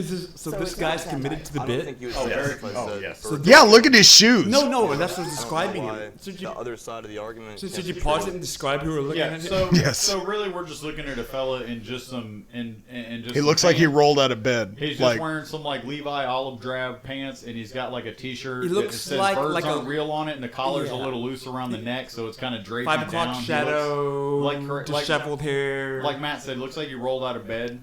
Probably worked at Retro Revolution or something. But He's either like a way, stoner. And he's wearing a He pair looks of like a- Birkenstocks. he looks like a web No, but developer. and he's on a show. He's on a morning. What show is he on? Yeah, Let's describe it. dressed like he He's on just a rolled out of morning bed. news show. He's on. This is again the whole thing here is is morning news or is the Times the news got duped, so that's implied that this dude's on the news and he's duping the news. And he's speaking to. There's two people speaking interviewing to him. two There's reporters, a friendly looking. One of late- which has a tattoo on Yeah, her ankle, so by the way, so we can't really That's take fine. her. No, but no, we're painting the wrong picture of her. We have a well-to-do interview lady who's in her mid-late 50s, but she's Caucasian, blonde, looking, and then she's got a standard-looking other newsman next to him. So it's like they're professional-looking, right? So it's like they're obviously professionals that are trying to handle this interview. And this guy's totally full of it. This guy is not. If you see this image, it is blatantly clear this guy is trolling him. But Before we came And out, they have no you idea. said this is a satirical message. So what is? I never said that. So what point are you trying to make here? I mean, and why did this movement come about and how? Well, this movement came about in don't even know what he's 1976, just to avoid any, liberal media hit job. This didn't start with me. This started in 1976, when whispering started coming about from the White House, saying that birds were in the process of being murdered on a mass level. When this started coming about, Dude's that's head when is the so movement began. small. This movement is reactionary. We really didn't start this. The government started this. How come it took so long Look to at how get small his billboards head up is. and for any of us to hear about this? That's an excellent question. So really before the internet age, before the internet era, Yeah, obviously, it was as you very can tell. hard to censor ideas and it's opinions recent. that aren't Okay. popular. There was people don't agree with. okay. Well, are we Now muted? that we have the internet, Okay, so there was a more dude recently. burnings, Like there the are reason no why I more was talking censored about this is television because ads. did there you was a already dude- show this video? Or is the first time you're showing it? First time. Okay, sorry. Okay, so there was a dude recently at the NFL Combine who was like being interviewed, who's going to be like in the first in the first 3 rounds, and he was talking about how birds aren't real. Kind And of like so, the, like, to me, dude, like- it's like this professional athletes, the flat earther stuff. Yeah, like well- freaking what's his name? Our point guard, Kyrie Irving. The Yeah. real thing I feel like is like a whole troll because that It dude is. Tommy that I know that like he's always and he's just a shit poster and so it's like it's almost like but can we appreciate the fact that this Oh, I can guy, appreciate the hell that out of this this guy guy. just has He's like dressed both like- of these he's dressed people, like and you Matthew know that they are most of the time. losing their mind. They're like they believe why the, this What guy- the fuck are you doing here? This guy Like, literally looks like a stoner who made this up. But the thing is, he's so he's a good actor. He's not breaking face whatsoever. No. And that is the impressive part he of is it a all. great representation And of so the again- movement. And a lot of people look at this guy. Yeah. A lot of people look at this dude as a. They look at him like, oh, what is this and that? I see him as a pioneer. Dude, the thing is, This man is a pioneer. he looks so convicted that he might have made himself believe it. He had to. He's like the kind of person that can make themselves cry on Yes. command. Like he's like, no, that's the thing. His conviction is so real. Yeah, the face. Dude, this, Christian Bale I'm method telling you, acting. this is the kind of person who leads a cult or whatever. Whoever can come across that they believe in something that strong, because that's why. so they could get a bunch of people to drink potassium cyanide. You know who he reminds me of? The dude from Bum Fights that went on Dr. Phil. Oh yeah, it might actually be the same fucking dude. Honestly, We can touch on that later. So here we go. Here's Let's the get back on the continuing train. interview of the guy who says the birds aren't real on the news. Our attempts to do all of Oh, that. But you're attempts. right. Like Arab It's a Spring, regular it news is guy. very grassroots, So ground where does up. this movement go from here? From here, we're looking to see change in legislation. We're looking to see a mass spread awareness. Our lawmakers Spreading awareness is really like taking Gordo. this seriously because a lot of people will have their doubts, they have their questions about whether or not the movement is really serious or not. He's trying not to Yeah, laugh. that's been a really hard part of this, honestly. Since the billboard's gone up, there's been a reaction of supporters and loyal bird truthers coming out, saluting, bowing. It's almost become almost like a sacred pilgrimage to see it. Others, though, seem to have some kind of laugh response, and it really pains me. So on the website, there are T-shirts you can buy. There's products you can buy. There are going to be some stuff. He knows. Yeah, the guy. The brother knows. He's like, man, get this jive ass turkey. He's like, there's two newscasters interviewing him. There's the lady speaking, and then I would say the Caucasian woman and African American male that are the newscasters. And the male newscaster definitely looks like he's trying not to laugh. Where the Caucasian white lady, she's kind of his hands. I think she might be buying it. I don't know. I mean, yeah, she's playing into the bit. Well, she said at the beginning, she said this is a satirical conspiracy theory, a satirical thing that you're doing.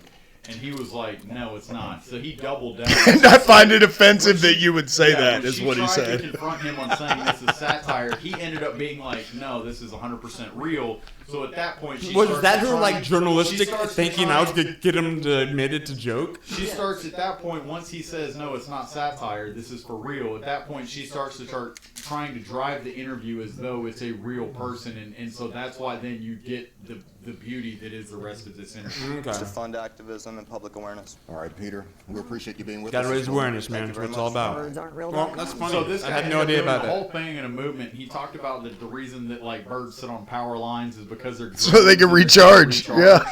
That's why birds are sitting on power lines. Make this to do a check on the way he's. We should just take a quick break. Yeah, we'll take a quick. All right, and we're back, and I think we got all our possible audio issues maybe sorted out. I know I was not talking directly into mine. I think everybody else sounded good though, man. And it looks like we got Matthew back in here with his. He finally got done doing his. Like I said earlier, he was doing his 5 S's out there with the baby. So we finally got our. Yep. We got our sweet Precious. Isn't that what Billy would call you? SSP. That's very true. Got our little SSP back, Billy. We're taking good care of him over here. Thank you, guys. And so so I think from now, like, appreciate y'all hanging out with us for that little brotherly bonding episode. I guess it'll be a mystery. I'll just have whenever I'm reviewing You'll the find tape. out whenever you have to. I don't edit know out what the all heck you guys were talking about for the last 45 minutes or an hour. Oh yeah, you're definitely gonna have to go back and it'll be a whole experience for you. But now with all that being said, we're gonna kind of take us into our what's gonna become our mainstay sort of segment in a sense. Which is because we're pretty much ditching trending this week, just because trending this week is we don't do that. We don't get together and we're not like, hey, what's trending? Well, we really don't even. It's just like dumb. Individually, none of us really pay attention to that. That's what I'm shit saying. anyway. None of us. Like, yeah, that's what I'm saying. so None of us look into that. Yeah, so it's just something we don't do. So either way, we're going to start doing best movies of the 2000s. We're gonna roll through. Last week was 2000, and what are we doing this week? Well, yeah, I mean, I just say best movies of every year. We're starting at the year 2000, so Perfect. There's no reason we wouldn't work up to now and then start predicting movies of the future. Birds aren't real. Birds aren't real. Which, that's the whole Coming thing. to a theater near you. All right, so Fake Meteor. That could be another one. And I will drive this just because there are 4 of us in this room. Came back. That's very true, but there's 4 of us in this room. We're gonna if you have your if you're watching us on your desired platform, we'll have up kind of the list we're scrolling down. So needless to say, there will be movies that come up that connect with a lot of us, and we'll see how we'll go down different paths. Oh, that's awesome! Yeah, let's not but get there's a too good hung chance I might just steamroll over a lot of it. Absolutely. So just depending, because we're going A to Z, baby. There's a lot of movies. So we'll see. So just Take give your fair mental warning. notes. So we're about to scroll through the movies released in 2001, and each just pick a couple that we think, oh yeah, that's the best. So 1, 2. I'd say 2. Pick 2. Each person can pick 2. Well, because last time we talked about, there was a great comedy, there's a great action, so it almost we'll see where it goes to where maybe you get in general. genre specific. But so we'll start off with I think after we get done with them all, then we can go back and do genre of which ones. I'm gonna just pick like the 2 that I liked the best. Yeah, That's there we all I'm go. saying. We don't need to overcomplicate It doesn't have to be Yeah. like, oh, dude, So this just- one had great I character agree. Just the 2 that you think the 2 best quality Yeah, movies just from that whatever year. the 2. If you could only take 2 on an island to watch those stuff. Yep.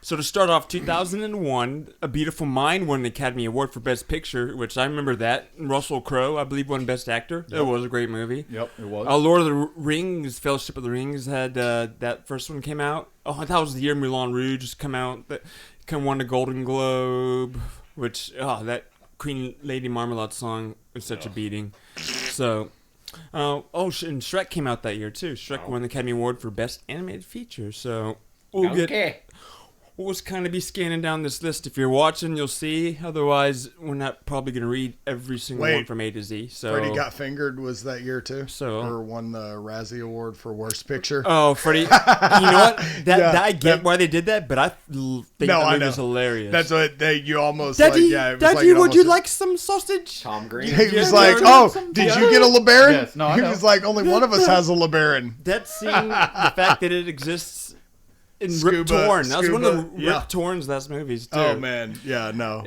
So here we get going. So I'll at least say the first movie, 15 minutes. I enjoyed it, but it was just kind of, yeah.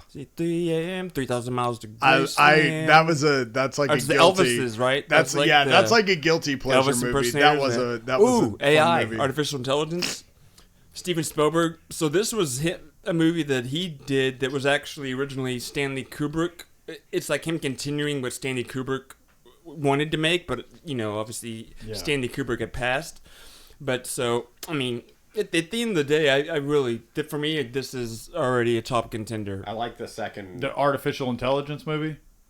Yeah, I was thinking it was the Will Smith. I'm sorry, one for a I'm minute. talking about It was AI, artificial intelligence. I like the second. I thought that's what you were talking about. So I got Jude Law, Haley Joel Osment. Walker told me I have AIDS. Dude, that got brought up a couple weeks ago. Today. Now that's funny. Comedy Bang Bang. I was listening to it today when I was running, and Haley Joel.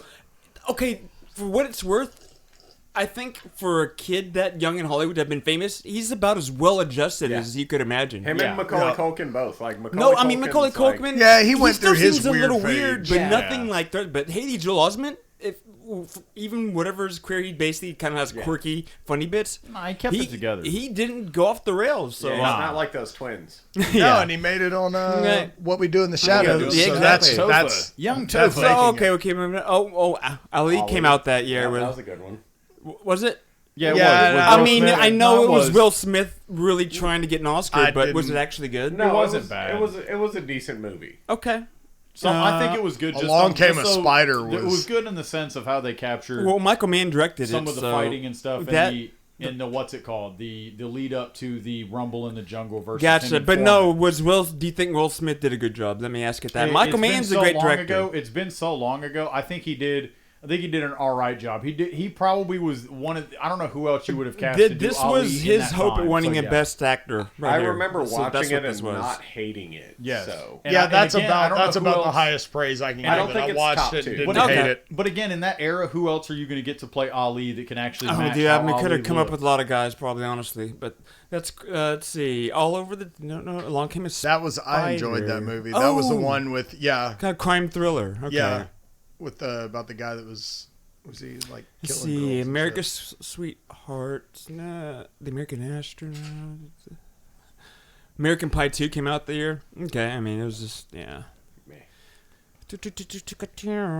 Should have stopped at one. Should have stopped at one. 3,000. It looks like 3,000 miles. Oh, Baby Boy. That's your favorite movie, Chris. Had Tyrese. Baby Boy. Oh, that movie was terrible. Yeah. I mean, it's a hood classic, but it's like it's just so like. It had some funny parts. It's like laughably like it's just one of those things. Okay, A Beautiful Mind we mentioned. Behind that Enemy really was Lines. greatness. There's your contender, Mikey. That's a good one. Oh, the Owen Wilson. Oh no, I was thinking of. Yeah, this what's is it like called? Owen Enemy Wilson. at the One Gate. of his Never mind. few, if only, like action. There it is. Style movies. Yeah, his only There serious it is, one. There it is. The Keep Believer? going. Keep going. Big Black going. Hawk Down. Ooh. See, that for me. All right, that's already in there. And two. We watched two below that. Matthew and I were watching that the night his daughter was like. the night so Stephanie this went movie into is already labor. great, but it's also strongly that You have an associated with my emotional daughter's attachment. Yeah. Sentimental. No, but even without that, it's a phenomenal movie. Two below that though. A Blow. That's another. That's a classic. Come on, man. Oh, you skipped Black Knight with Martin Lawrence? Come on. Bro, that one. You that love your was Big Aaron, Mama's house. shout out Aaron Theoff. That was a funny movie. No, so Blow classic. Yeah. You know, I mean. Yeah, that it's was. great. It's That's like, a you're great drug movie. whatever. But it's still. He got out it's of prison great. recently. Johnny real? Depp. Yeah. No, Johnny. Yeah. Yeah, Johnny Depp got out of prison. No, his girlfriend. He got out of potentially going to prison. Yeah, We'll he say did. that. He was No, like, he did man, the he guy was that in he some portrayed. shit. Yeah. That's... He got out. I think it was like it may have been like 2017 really? or something. Yeah, George Young. Yeah, he's been out Well, for a we'll little have to bit. look into that more. See, Snoop Dogg? I don't remember that. Oh, Bones. That was the one where he was the fucking vampire. Oh, the like horror. Yep. It was almost like a horror comedy, wasn't it? Yeah. Wait, no, you're thinking. Oh, like Bubble Vampire Boy Brooklyn. came out that year. Man, Boy. Jake Gyllenhaal. If there's any movie he goes back and thinks, man, what was I Can I doing? take that back? This was like an absurd, just bonkers, screwball comedy. It was literally about like a Bubble Boy. I'm surprised. It was a movie you wonder like who and why and did. This is before Jake Gyllenhaal got. This is 2001, so this is really before he blew up. I don't know if October Sky had already come out because that was like that. I don't know. It was like Model Rockets movie. I don't know if I was in middle school. Either way, go back and check out Bubble Boy because it'd be like, wow. Jake's Gyllenhaal's career. I feel like if we check out Bubble Boy, we're gonna have a Mothman experience. Yeah, there's a good chance. A Richard See, Gere Bully. Mothman. I can't wait for you to recommend something to me and me to just not like No, it he just slightly. fucking did. It was I Bubble know that. Boy. I know that, but I mean, So we're working our way down to see Corky Romano. Oh my God, Chris Kattan, Yeah, SNL back when he alum. was still like, oh my God, Corky Romano. So I forgot about that. That was such Yeah. a bad movie. Yeah, it was. I mean, I don't never even made think he was a kid. No, he was. He was like no, but I'm saying I don't think Corky was ever an SNL character. SNL I think they just character, yeah. made up this You're character, correct. but it was an SNL. Normally SNL, a lot of times they'll have stuff that, it was bad. Let's see. Crazy Beautiful. Woody Oh, Allen no. is in there. He directed. Oh wow, the movie. Crocodile Woody Allen Dundee's did a lot reboot of attempted things. here. Wonder Okay, if he we'll ever keep went to going. an island. Domestic Disturbance. That was the one with was that? This got John Travolta and Vince See, Vaughn. that's another one that's like those Oh, movies that like Jake Gyllenhaal. a couple of making them an came out. appearance again. Yeah, so Donnie Darko Donnie. came out in the There's same year the three Bubble really Boy good did. movies. Donnie So Darko. far. Yeah, this. Yeah, there's three really good ones. So right now, this is number one for me. Right now. I was gonna say Right same now, here. I don't disagree. So I'm just.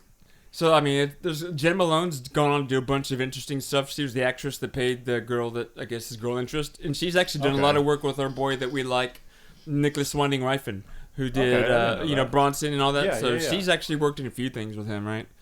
But and a lot of what we've read in the book, for the OBE book with the whole weird string tether. Yeah. That's what that's representing. In what's it called? In Donnie Darko. Yes. Why, dude. That's wild. That's what I'm saying. Hang on, and I want to real quick, not to derail. I know this is our segment. We want to keep forging. Which I don't think any one of our friends knows about that. No, and I want to keep this forging along, but I will. This is gonna happen. To you, I've told you about it. Yeah. My buddies Paul and Jeff. Paul really is like I don't know what you want to call him, but him on this movie, Donnie Darko, has told me so many little deep dive things. So we definitely got to get those two on to just like, it'll pretty much be their podcast at that point for them to just riff on that. But it is interesting, all the little Easter eggs in that I had no idea about. Yeah, but we just got some insight into it. Yes. That I don't think they have.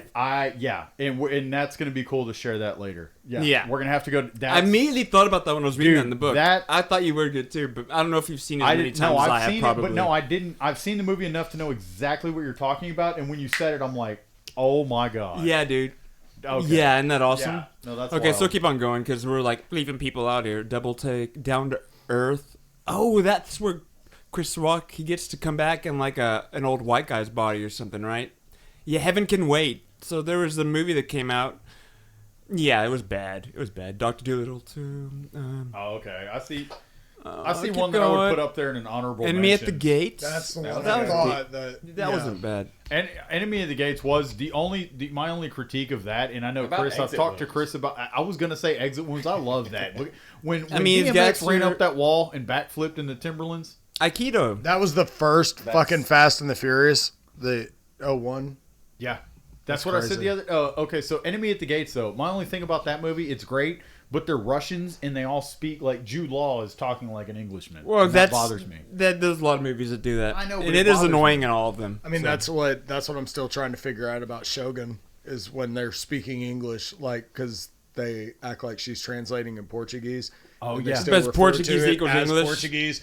But it's like, but I wonder if they're just doing it to cut break out. it up so that you're not having to read fucking Japanese translations and Portuguese translations. Yeah, it's a So balance like between the Portuguese just comes across what in you're English, trying to but represent, yeah, exactly, and also having an audience it's that'll just actually something pay I attention to noticed it. in the show. So No, it's that's like a I good get, observation. I want to be critical of it, but at the same time, I understand if they're trying to actually capture a wider audience. What's the main story trying to tell? And Yeah. if they might sacrifice some element of accuracy Yeah, or detail, whatever, exactly. it might be doing it to the service of at least capturing more minds. Well, yeah, getting a wider audience to view. You know, yeah. Getting. So Like you Evolution, said, yeah, getting a wider that was kind of a audience. screwball comedy. It was That was kinda funny. that was David enjoyable Duchovny. though. It I remember was. that It movie. really That was was an enjoyable It was goofy. movie. Exit Wound. So that the first Fast and Furious came out that year. Great movie. Oh, the Final Fantasy movie came out. I saw that. Spirits This Within. I'm gonna skip down. Yep. No, we'll keep going. Oh, Frailty. Frailty. Do you like Frailty? Yeah, I love that movie. I didn't realize- watched that I movie didn't on realize TV Bill one day. Paxton directed Yes, I saw. Dude, I just watched it again the other day because as I was watching, I'm like, wait, Bill Paxton directed this? Yeah, Dude, I just learned that honestly, reading. honestly, shit. really, Holy R.I.P. shit. Bill R.I.P. Paxton. R.I.P. And not only Well, that, I didn't know that. Yeah. and not only that, but the fact that it was for it to have been such a good movie, and Bill Holy Paxton shit. might have been the first time he ever directed something. Yeah, No, that's I what I agree. just saw. No, so Frailty definitely. That's what I Oh, just saw. From Hell. So both of those are on the list. The day before your daughter was born, and then the day before little Matthew was born. Yeah, we went and saw From Hell the same day, wasn't it? It might have been I think it was the day before because like we all woke up the next morning and it was the night before I think. And that was back whenever what was that Chongo. City Place Theater? Yeah, it was a City Place right over there. It did. off I mean, of, that theater. I think it's a gym now. I don't even remember. But From Hell, yeah, it was that Johnny I haven't Depp. seen porn. Johnny Depp about the. I have it at the house. Okay. on Yeah, I might have to check it It's, out. Okay, it's skipping- oh. about Jack the Ripper. Yeah, Oh. yeah. Actually, whoa. it wasn't bad. No, it was It really that wasn't. was a really like It good wasn't. movie. I need to revisit I'm that. gonna have to check it out. Let's see. Skipping down. Ghosts of Mars. That was the John Carpenter. I have that one. It's too. actually not bad. It's not terrible. And it's John Carpenter. Which Yeah. you're a fan of, Mikey. He did The Thing, and he did Halloween and other stuff. Shit, Hannah. Yeah, I mean, you know. Yeah, Glitter. Man, in they the used to be Neighborhood, good Gosford Park. movies. Hannibal. I know, dude. It's just sad. That's why I wanted to go back. Well, no, it is sad, but then also too, it's cool just to realize that there's so many good movies out there, and there might be people that it's crazy how many people like. There's so many of these movies that we're all looking at, like, wow, what good movies! But there's people that have never heard of these, And there's people that never don't even know what a movie is. Yeah, they just watch TikToks. There's somebody out there in the jungle who's like, "What's a movie?" You're They're absolutely listening right. to our podcast, They watching are it on their listening. phone. Like, "What's the movie?" Yes. And they're like, how can I get one of those bucket hats? Yeah, Hannibal. Yeah, it was. That was. It was. I enjoyed I it. liked it. It was good. Hello, Ridley Scott directed. I liked Red Dragon more. Yeah. Did you ever see Manhunter? I think which was like the original Red Dragon. Yep. Yeah. That Michael was Mann that directed. Britney Spears song, wasn't it? That is correct. Bye, bye, bye. Harry Potter and the Sorcerer's Stone came out there. Insane. Harvard Man, no, thank you. Sigourney Weaver. Skipping through the H's here. Oh, dude. Oh I my Am gosh. Sam? Chris, was that you and Brandon Yes. that saw this? Yes. When y'all walked Y'all out went- very no. mad. Me and Jacob saw, was it the Royal Tenenbaums? They might have been. So we'll see if that came out this year. No, so we were watching. Yeah, no, we were watching it. Like Brandon and I were in the theater, and they were showing the previews, and that's the main takeaway I remember from How High in the Theaters was fucking. And we weren't high. Yeah. We weren't high. Y'all weren't. But y'all were mad at how bad it was. Oh my god, so bad. But I'm like pretty during sure- the previews, Kung Pao. They showed a Remember preview the for fish? Kung Pao, and a person like in the crowd was just like is dead silent, and they were just like, no, and just like yelled out at the screen in a dead silent theater after the preview for Kung Pao played. They were just hilarious. upset. They're like, why would Ridiculous. I don't want to watch Oh, that I Am Sam. Well, you never go Strong full play out. Yeah, he went full. Sean Penn. Went full He mentally went full Sean challenged. Penn. Yep. In the bedroom. home. Jane Silent Silent Bob Bob. Strike Back. That was funny. That's a classic. Jeepers Creepers, dude. Oh Classic. snap, dude! Dude. Jeepers Creepers is legit. Yeah, That's it really a is, real man. good. Jeepers Creepers Man. is legit. Jimmy really Neutron, the Jimmy Show, Joe Dirt. Yeah, I mean I saw it. Dear Tay. Oh, that's dude, that's Joe Dirt good was a stuff, bro. fantastic That is. I mean, it was. dude. Come on, Sometimes you just gotta keep Bro, on there's- keeping you on. need to There's a rewatch guy the likes same see thing. I'll watch guy it. likes to see people naked. Can't Just do because nothing about that. I don't know. No, I enjoyed it. It was great. Yeah, it was great. Coming to my guy all wrong. Oh, I remember Joyride. Stab you in the face with a soldering iron. I saw Joyride with Breezy. I think me and Breezy saw this for some reason. Oh, yeah? Randomly Johnny F. Breezy? I remember K-Pax and everybody Jesse- freaked oh, no, out that about movie it. was terrible. No, but K-Pax, okay, there's a movie called Man Facing Southeast that came out in the 80s. It's either Argentinian or whatever, and I've watched. It's basically K-Pax. It was a ripoff, or I won't say ripoff, but it was basically this other foreign movie that was really phenomenal, well done in the 80s. But they basically took that and Americanized it like 20 or 30 years later. And this is whenever you could say Kevin Spacey's name. Oh no, I said What's it. I got you. Yeah, but where has he been? No, but heard from A House Man of Cards. Facing Southeast. He I now believe, chooses is to live the his one- life as- If you did like K-Pax, or even if you didn't, A Man Facing Southeast is worth Kate checking and out. Leupold with Kate huge and yak Leopold. man. Well, that's romantic time traveler, right? That's one of my favorite genres. Laura Croft Tomb Raider? Yeah, dude. Kiss of the Dragon. That was. I remember that was. my dad took me to see yeah, Laura Jet Croft Li. Tomb Raider, and I was like, Your dad took you to I was like, hell yeah, Dad, thanks, dude. Oh, yeah.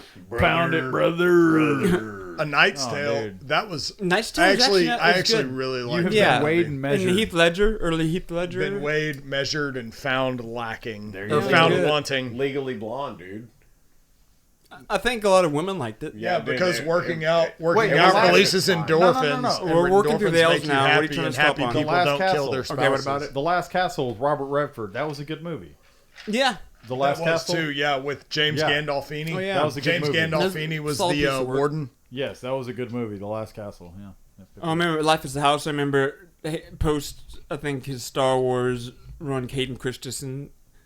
This might have been in the middle of it. Either way, it didn't work well. This is a crappy movie. Oh, The Majestic with Jim Carrey. Let's see. That was his drama, which he does all right, but I think people have too hard The of a time Majestic? separating him from comedy at that point, especially. Yeah, to be able to. Yeah, no. I not that agree. I don't think he can act. It was but like it's tough to- Owen Wilson in Behind Enemy Lines for me. Kind of similar. Like it's like what? You serious? Yeah. Let's see. So we're working our way through M's. Oh. Wait, Yep. The Mexican? Yeah. Yep. No, not that one. Yes, but then two down from that. Oh, Monkey Bone. Back to it. What brought us to it? I thought this. Y'all were We're just talking about Yeah, I Monkey know, Bone, but weren't we like- reading through the list? Isn't that what got us to it? No, there was No. something. There was a Bedazzled, and I brought up Monkey Bedazzled Bone brought you to because of Monkey Bedazzled. Bone. Yeah. Yeah, so I brought up Monkey Bone, but like that, dude, that was Something else brought up Yeah. Monkey Bone the other day too because I wasn't here for that and I haven't heard you, but it was like I heard something. Yeah, about I'm Monkey gonna go Bone the back other and day, watch too. that I before our need next to. it was, episode. dude. That was. I remember there's something being there. like I told you. I remember Monsters. zany, but I was so young, heart, emotionally distressed that I don't remember enough. Dude, of it was. oh, I Monsters think there's Ball. something there. Halle Berry got her No, Oscar. it is. There's another one coming up right behind. Now, it. Monsters Ball came No, out I that know. year. Billy Bob I got know. to hit Halle Berry, and Heath Ledger committed suicide by shooting himself in the chest in that movie. It was like, what? Who does that? It was Oh silly. yeah, and Monster Ball, but hey, Oh, yeah. Halle Berry got her Academy Award and showed some things. Yeah, Monsters yeah. Inc., Moulin Rouge, yeah. Oh snap! Yeah. All right. this is number- Monsters Ball is 2 steps This ahead is of number it. 1 right here. I'm about to read. There's no way anything beats this. Yeah, that's gonna be Mulholland Drive Matthews right there. I knew by it. Sir David Lynch. I'm which- reading ahead. Matthews being Yeah, there's nothing diligent that's and gonna reading top just this. the one in For front of me, him. for me. Yeah. Mikey, have you actually watched it? I haven't. It's a great I haven't movie. seen The it. thing in is years. that with the especially Twin the, Peaks? yeah, like the theme, you see a lot of connecting themes and things that David in Mulholland Drive was originally pitched to be a series, like a Twin Peaks. But when at this point in time, there's like TV was nothing like it is now. Obviously, Yeah. and streaming didn't exist. But yeah, either way, it became this movie, which yeah. Definitely So- have to check it out. So a throwback to an earlier episode, that was when we were able to commandeer the GTA game. That was the movie we went and Okay. saw. We went and saw that night. Remember? Okay. Yeah. So working with the M's. No, we're in. In the Oh, no movie, no, that's- there's no Mackay. Oh, fight Ocean, The Ocean's 11. Oh, that was the year that came out. others. Hi, I'm your daughter. Oh, the others. Hell yeah, that was that kind of films. PG-13. Yeah. This is sci-fi. It was one of those wannabe horrors. It was like wannabe that, like horror. PG-13 I don't know horror movie. how they put it in sci-fi. I remember Pearl Harbor came out. That was honestly a really good movie. I mean, it was a cinematic. Deep, it was Michael Bay early days. You know, you get what you pay for. I think it was a good movie. I think it's exactly what it's expected to be. Yeah. Oh, the Planet of the Apes, the Tim Burton take on it. This is before the current universe of Planet of the Apes. This one with Mark Wahlberg, Tim Roth. Damn people you seem all to people hell. seem to frown upon this one right here. From Planet my of the Apes? understanding. It wasn't This terrible. one here. Like, there's the current universe of it, which I feel like that started with, what's his name? Franco? James Franco. Yeah, like, that's separate from this. Like, this was like a single reboot, and then whatever started coming out afterwards is another reboot. So is it kind of like Batman, where like different writers have different takes on it? Yeah, like, kind of. Pretty much, that and one it was. lived and died in one. Where the current iteration going on is a continuation, and yeah. Which, I mean, Planet of the Apes for me. If I don't know if you can probably can't see. There's a VHS box set that I have that I got as like a 12-year-old kid because I loved the original Planet of the Apes as a very young child. Mikey has the arm reach. He could pull it down and show you. So the original Charlton Heston, who's like one of my all-time favorite badasses. Yeah, but that's the whole thing. So Pootie Tang, what I tay, side I tay my damie. We're gonna do peek at some Pootie Tang. Sign my pity on the runny kind. Matt. Dude, Rat Race was actually pretty funny too. I had this on the other day. We're working down, you're skipping ahead. So it did. I know it came out that. Yeah, that was. Yeah, that's gonna be number 2. Yeah, so you got Mulholland Drive and Royal Tenenbaums. That's Matthews 1 and 2. Yep, that's it. Oh, Rush Hour 2. God, That's I thought I had my 1 and 2. I thought I had my 1 and 2, but that might take spot. I just found my number 1. Let's see what he Save got. the Last Dance. Yep, that was Chris. Julia Stiles, y'all. Silverman. Y'all can make fun of him as much as you want, but my boy on his toes, y'all cannot match Chris on his toes. I'm like a ballet dancer. Why'd you take my mouse from me? Because another one's acting up on me. Dude. I was just Scary like, Movie I'm like 2? a kid in a car. And now It's funny. I have a fake. Oh yeah, no, Scary Movie 2 was. Dude, it was even more offensive. It was than more the first offensive. one. It was more like David Cross in that one. It was so like, but it, yeah. This holds a very sentimental place. Which one are you pointing at in the Smith brothers' hearts? No, because your dad likes because it of so much. our dad. 3 is the one Daddy likes. Daddy would not. 3 is like whenever to. it went to the more airplane style. That was whenever it was. Yes. 3 is more of the slapstick. Yeah, went from rated R, So offensive, gross, either to way, PG-13. any of the scary screwball. movies for me are just like I just can't not think of Dad. Yeah. And Scary Movie 3 because it was Charlie Sheen. He was like, the dogs are acting funny. Yes, and then the wake with the signs with the wake where the girl was like laying in the coffin. She's awake, and Dad, he still will like you got to get him the girl's hat keeps. You got to get him an bigger. oxygen mask. Yes. Let's see. So working down S's. The score that was based on. Shallow Hal was a great movie. I think Shallow I saw Hal. that in theaters. Oh yeah, it was a fair Another early one of brother these movies movies. that I absolutely loved was Orange County, and I'm sure we're going to get to it in another year, maybe later this year. Orange. With It was Jack okay. Black. That Yeah, was I think one, that yeah, might I might have liked been it. next year. It's either 2 or 3. No, so I mean, we're a I year off enjoyed maybe. it. It had him and You what's gotta- his name son, Tom you Hanks' gotta- son. Yeah, and you got to take Colin- my age into account. No, You're and right. Tim Hanks or Yeah, Tom Hanks' son was Colin Farrell, right? yeah, Colin Hanks. Colin. Colin Farrell is. But he didn't go by Colin Hanks though, did he? Yes, he did. Yeah. He's always Colin gone Why am by I thinking Colin Colin Hanks. Farrell? Colin Farrell was- is the fucking Irish actor. Yeah. Yeah. I'm True all out of Detective sorts. Season 2. Seven I'm sorry, True Psychopaths. Detectives Season 2. just All for the you. detectives that I would say Shrek did come out that year. The Shrink is working our way through S's here. Yeah. Sidewalks of New York. Spy Kids. Yeah, Spy Game was not bad. The one with Robert Redford. Oh, and Spy Brad Kids, Spy Kids was a great movie. It really, I mean, It yeah, was, like, Robert cinematic Rodriguez. again, It it was a fantastic movie. Take a guy who's dude. done cool action and he did Dude. like a Desperado and El Mariachi and make it's like if I were dad and wanted to make an action kids movie, that's like basically what it is. So that's why it's not bad. That's why Spy Kids is actually decent. Working through S.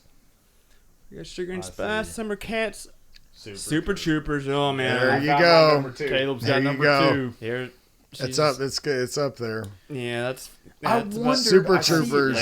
Swordfish. We got more that's Halle another Berry, good one. nude scenes. Yeah. That are the reason that movie hashtag existed. Human Claymores. Yeah, that movie was wild. 13 Ghosts. That was a good movie. That was a pretty good movie. It was just not. Sorry, Super Troopers. Son of a bitch! Tom. There it is. Oh, Training Day. Okay, number 1 and 2. I got them. Yep. Training Day. 2001, not a bad. I think we're gonna realize every year that there's good movies that come out every year. No, I know up until like. In Vanilla Sky. This is number 3. Yeah. See this Vanilla Sky. Yeah, this is number 3 for me. So, what about October? Did no one else see this? I didn't. I did, but it's been a long time. Man, so Cameron Crowe and had Tom blanked. Cruise, You're blank. That means Penelope I love Cruz, you. Cameron Diaz, but it's a remake of a movie a foreign film that came out less than 10 years before this came out, where Penelope Cruz plays the same character. But it was Abre los Ojos was the original. Okay. Open Your Eyes. Open Your Eyes. Yeah, right here on the Open Your side. Eyes. Do you see right here where it says based on? Yeah, I'm actually, believe it or not, I'm saying all this from memory. No, I know. But yeah, so the original, which I've watched, and it is honestly just as good, if not, you could argue better, but still Cameron Crowe's take on it, I feel like was really well done. And it says thriller. I would honestly call it sci-fi more than anything. Yeah. Really. But even it has one of those. There's an rhymes. Eyes Wide Shut place here in Dallas, right? And that's where we're meeting our grandparents. Caleb can tell you about that later. So sorry, my little right behind y'all's old apartment. So we're working through Waking Life. Okay, that was. What's the worst that could happen? I think that was a really good. That was movie. the animation. That was the rotoscope. Let's see, Wedding Planner. We're almost done, guys. We're W. Wet Hot American Summer. This is actually very funny. This is, if you haven't seen it, it's not slapstick. It's like absurd. It's like early days alternative humor. But yeah, Paul Rudd was in it, Molly Shannon. It's like a making fun of like some 70s summer camp type movie where and where they have girlfriend's love, but like Paul Rudd plays like a cool kid. They're like obviously adults. Yeah. And it's really Wet Hot American Summer. It's really actually very, very funny. What's the worst could happen when strangers appear? Ooh. This is a good one though, but we'll make it. We end with Zoolander. So a lot of good ones, but like I said, so my 2 are obviously Mulholland Drive, and I'm already forgetting. What's the other one? Y'all know what it was. Tenenbaums. Yeah, Roll Tenenbaums. Mikey, what were your 2? I'm kind of forgetting on one of them, but number 1 was Donnie Darko. The reason I'm forgetting Donnie Darko. I know the reason I'm forgetting is and that's why everybody should pick 2 is because we're all going to kind of cover. We're going to cover even more of the best movies. No, but you can only pick 2. I would have added that to my list. No, well, my number 2. Only pick 2. No, but my number 2 was going to be what's it called? Training Day, but Chris said I knew he was going to say it. I don't want to repeat. I got you. So we can get each other's back. So you don't want to help each other. No. I don't want to get it. No, that's what I'm saying. There was another Okay, so once I saw that, our I'm like, collective minds man. can come up with the best. So we're covering each other. Sort of like. I like that. All right, then I'll that's take what I'm Super saying. Troopers. Okay, that's what I'm saying. So I'm picking something different. Okay, cool. So yeah, in my opinion, I think Donnie Darko. That's better for the listener. And then I would say I can't remember what was the other one. You went past it. It wasn't Monkey Bone. Not the Majestic. There's a lot of honorable mentions. No, there is 100%. But there was one that I saw after. I don't know why, for whatever. It's going to be up near the top. Spy no, Kids? it's probably going to be up near the A's and B's because you had like Black Hawk Down, you had fucking Blow. Frailty? I was going to say Blow. Yeah. A Blow. Yeah. It had okay, so it was after Donnie Darko. No, well, I don't think it was Blow either. There was another one down here because I feel like it covered both sides of things. It kind of covered the serious and the funny. Yeah, it was like I had what's it called? Obviously, like there was Training Day. Here. Like I didn't realize Training Day came out that year. The Mexican to me is an honorable mention, but that wasn't. That's what I had in mind for honorable mention. When he went past that, I was like, "That's honorable mention." I loved that movie. I don't. I'll let y'all go ahead. Caleb, you know yours. Go ahead. I'll take Blow and Super Troopers. Dude. Yeah. Just because I already know Black Hawk Down and Training Day. Yeah, I was going to say Training Day. Do you remember where Blow. we saw Training Day? Yeah, at Hollywood Theater. Hollywood. Did we see it at Hollywood, or did we see it with... It was me, you, and Aaron Young. Okay. Yeah, we did. Because then we went and saw... Because we went to like the midnight release of it. I think it was and Rush I knew Hour the... 2. I was You think it was Rush Hour 2? Rush Hour 2. All right. Yeah, Donnie Darko, Rush Hour 2. But just because it was such a funny movie. Rush Hour 2 it was a great so good. So what was yours, Chris? Training Day? Training Day is one of my top 3 movies all time. Like I don't know. I love just the way that the cinematography, the way they captured everything. Yeah. It was like Denzel played that character so well that the movie is so old that it's like I feel like I still though don't want to give away the ending. But it's like but you felt sympathetic. I knew the ending before I went and saw the movie because a buddy of mine that worked at a different movie theater out there told me about the ending. He's like, yeah, and then this happened. And I'm like, what? Bro, the movie came out he saw it early. He worked at the theater. It was Kurt Gaither. Oh, okay. Kurt Gaither. He worked at Starplex. Oh, good old Kurt Gaither. We all loved him. No, well, they used to hoop with his little brother. Matthew Gaither. Boy, bro, that little motherfucker could ball. He could ball. Let's talk about him for 30 minutes. Do you want to make your honorable mention? We can do honorable mentions. Do you have an honorable mention? Yeah, then I'll have to go and throw.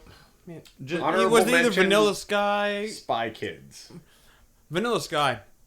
Since you already covered, what's it called for me? Donnie Darko. Yeah. There you go, Vanilla Sky. Caleb, what's yours? Do you have an honorable mention? Spy Kids. Because yours was what? Blow and what else? Blow and Super Troopers. Blow and Super Troopers. I don't know. There was another one up by Swordfish Black was Hawk good. Down. Oh yeah, Swordfish is your honorable mention, Chris? Sounds good. Matt, go back up by Black Hawk Down. There was another good one in there. Where's the Monkey Bone? That's mine. Monkey Bone's my honorable mention. Baby boy. A Beautiful Mind. Beautiful Mind. Oh yeah. There we go. All right. A lot of good ones.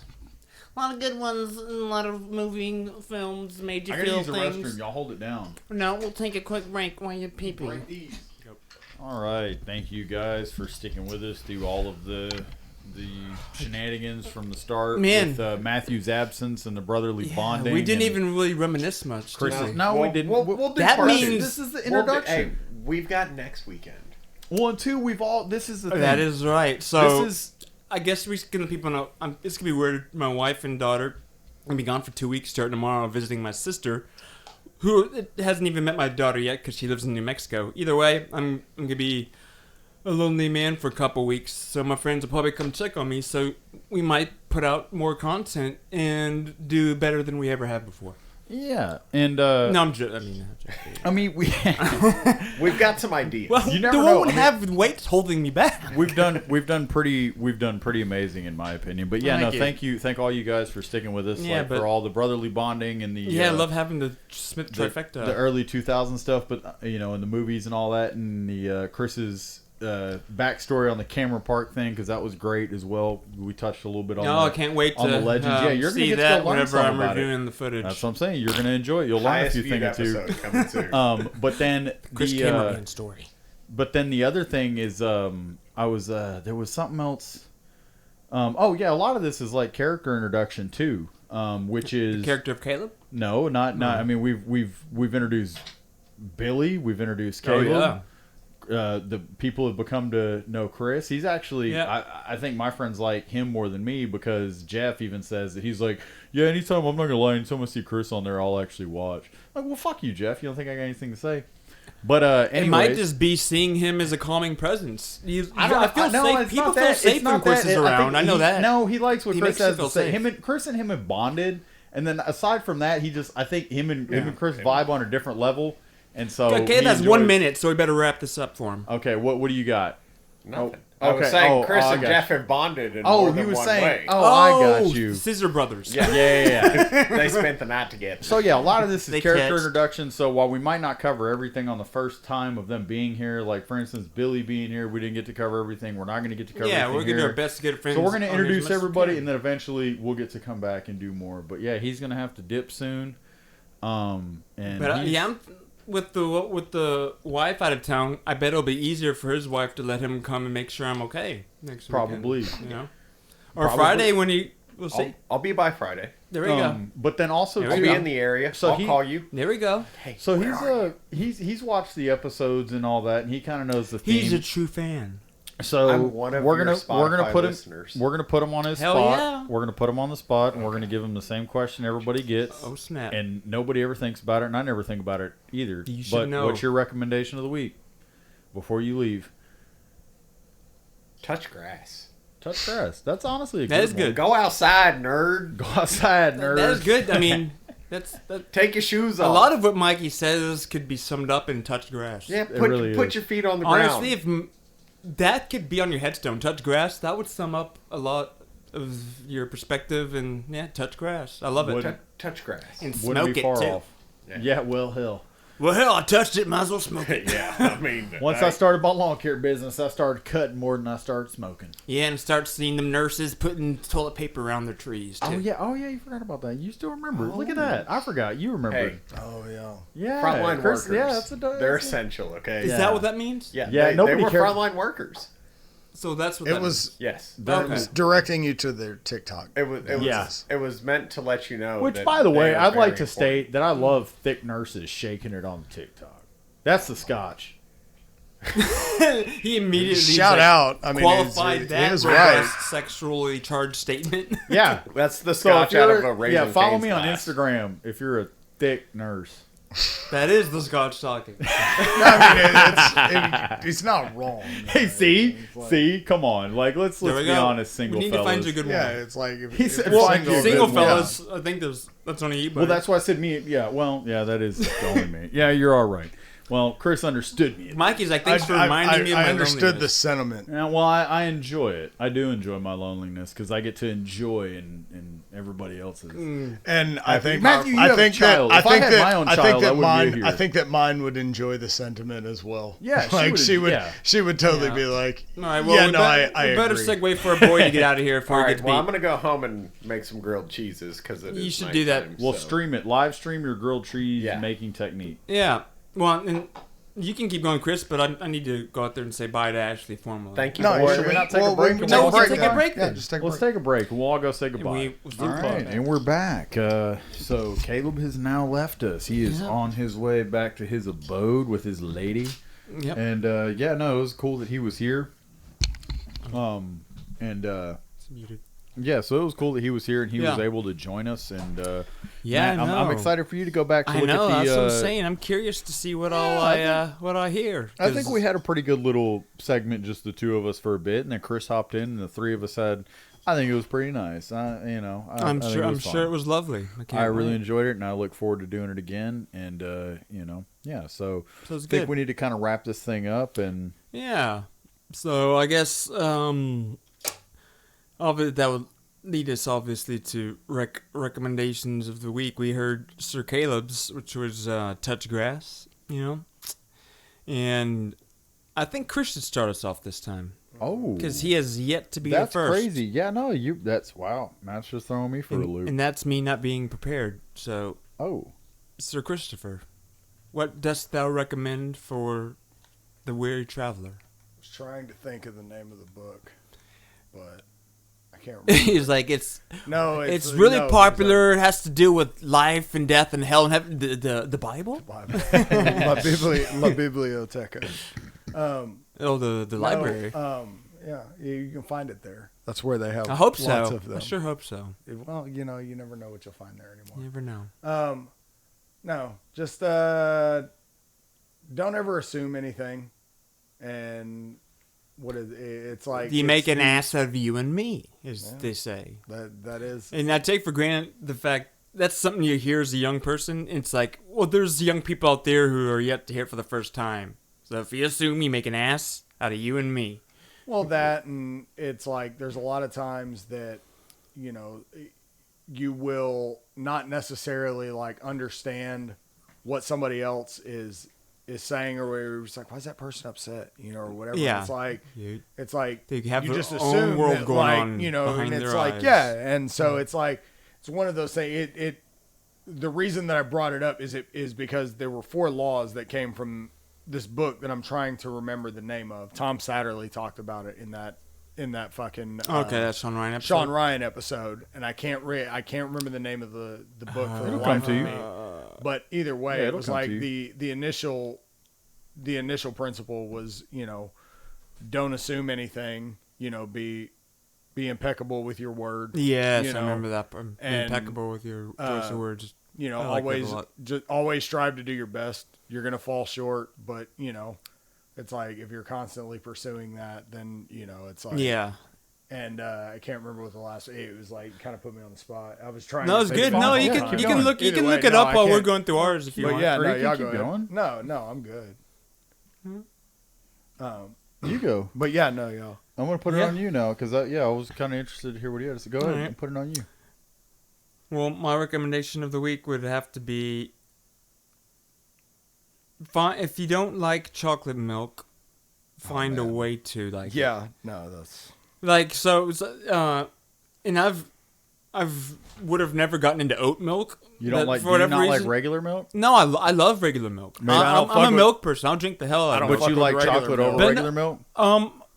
For me, it's like comparing movies and books almost. Could you find a better way of liking regular milk? Sometimes I want regular milk because I just really want that regular milk. But I love sweets, right? So a lot of times I'll have, for a while there, I'll make a glass of chocolate milk before I go to bed just because I love it so much. It ends the evening on a nice, good, sweet, you think of milk, healthy note.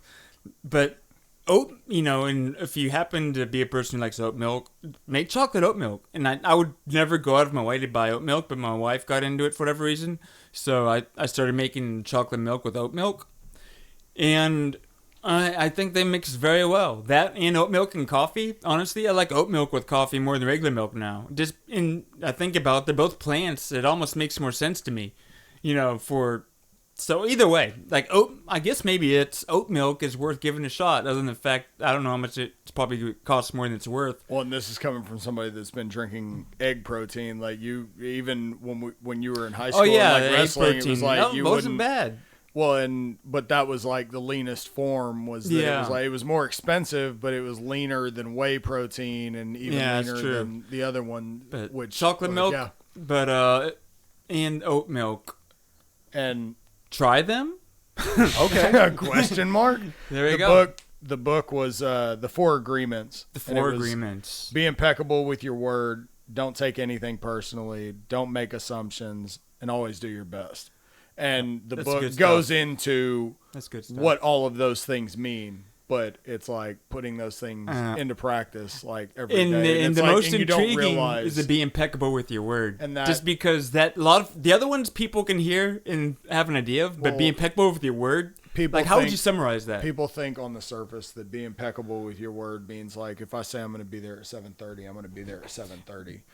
But it's like that's not necessarily. It's more so like the book The Secret or like The Power of Positive Thinking, things like that, where it's like the universe or whatever doesn't know words like no, don't, can't, right? And so it's like I don't ever want to lose you, and it's like instead of I will never lose you, or that like, or I will do everything I can to keep you, exactly. And that's what it is like. Take because out you're the lazy negative. because you're lazy with your words. Yeah. And so even your mental, like in your mental, you're thinking like I'm having positive thoughts, but it's like maybe there's negative components you don't to how understand you're trying to how many negative components are in the words. Yeah, where it's like I don't want to get cancer.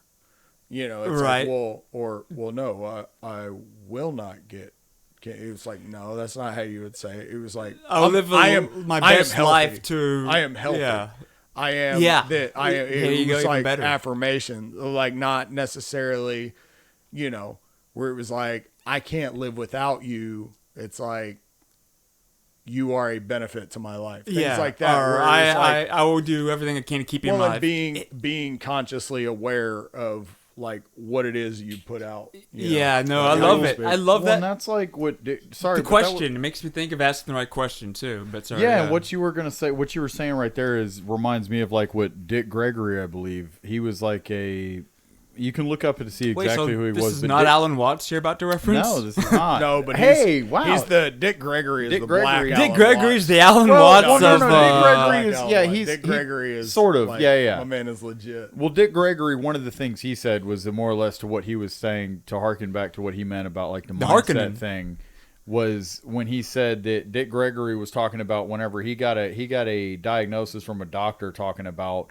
he had cancer or whatever, and he told like his son, he was like, don't show that to your mother, don't tell your mother like they said that, because he said that like fuck, he's in his mind he said, hang on, he said, don't tell my wife that. In his mind, well, because in his mind he said fuck what them doctors had to say. Gotcha. In his mind, he knew that his wife was gonna, and you can identify with this, I feel like his wife was gonna, if he went and told his wife, hey, this is a story, his wife was going to be like, oh my fucking God. She was going to be on She was going to do the Breaking Bad thing, which in Breaking Bad, when they found out Walter had cancer, she was like, we're going to get you the best oncologist. We're going to have you an oncologist all-star team. And it's like, no. Dick Gregory said, okay, cool. That's what you got to say. Fuck what you got to say. I'm going to manage this information. And he said that it was the same thing that Chris was saying about a millionaire and stuff. He was like, or about like, he said successful people. He said, you think a successful motherfucker... He was like, you think a successful motherfucker wakes up in the morning and says, like, I'm going to try to pay my fucking rent?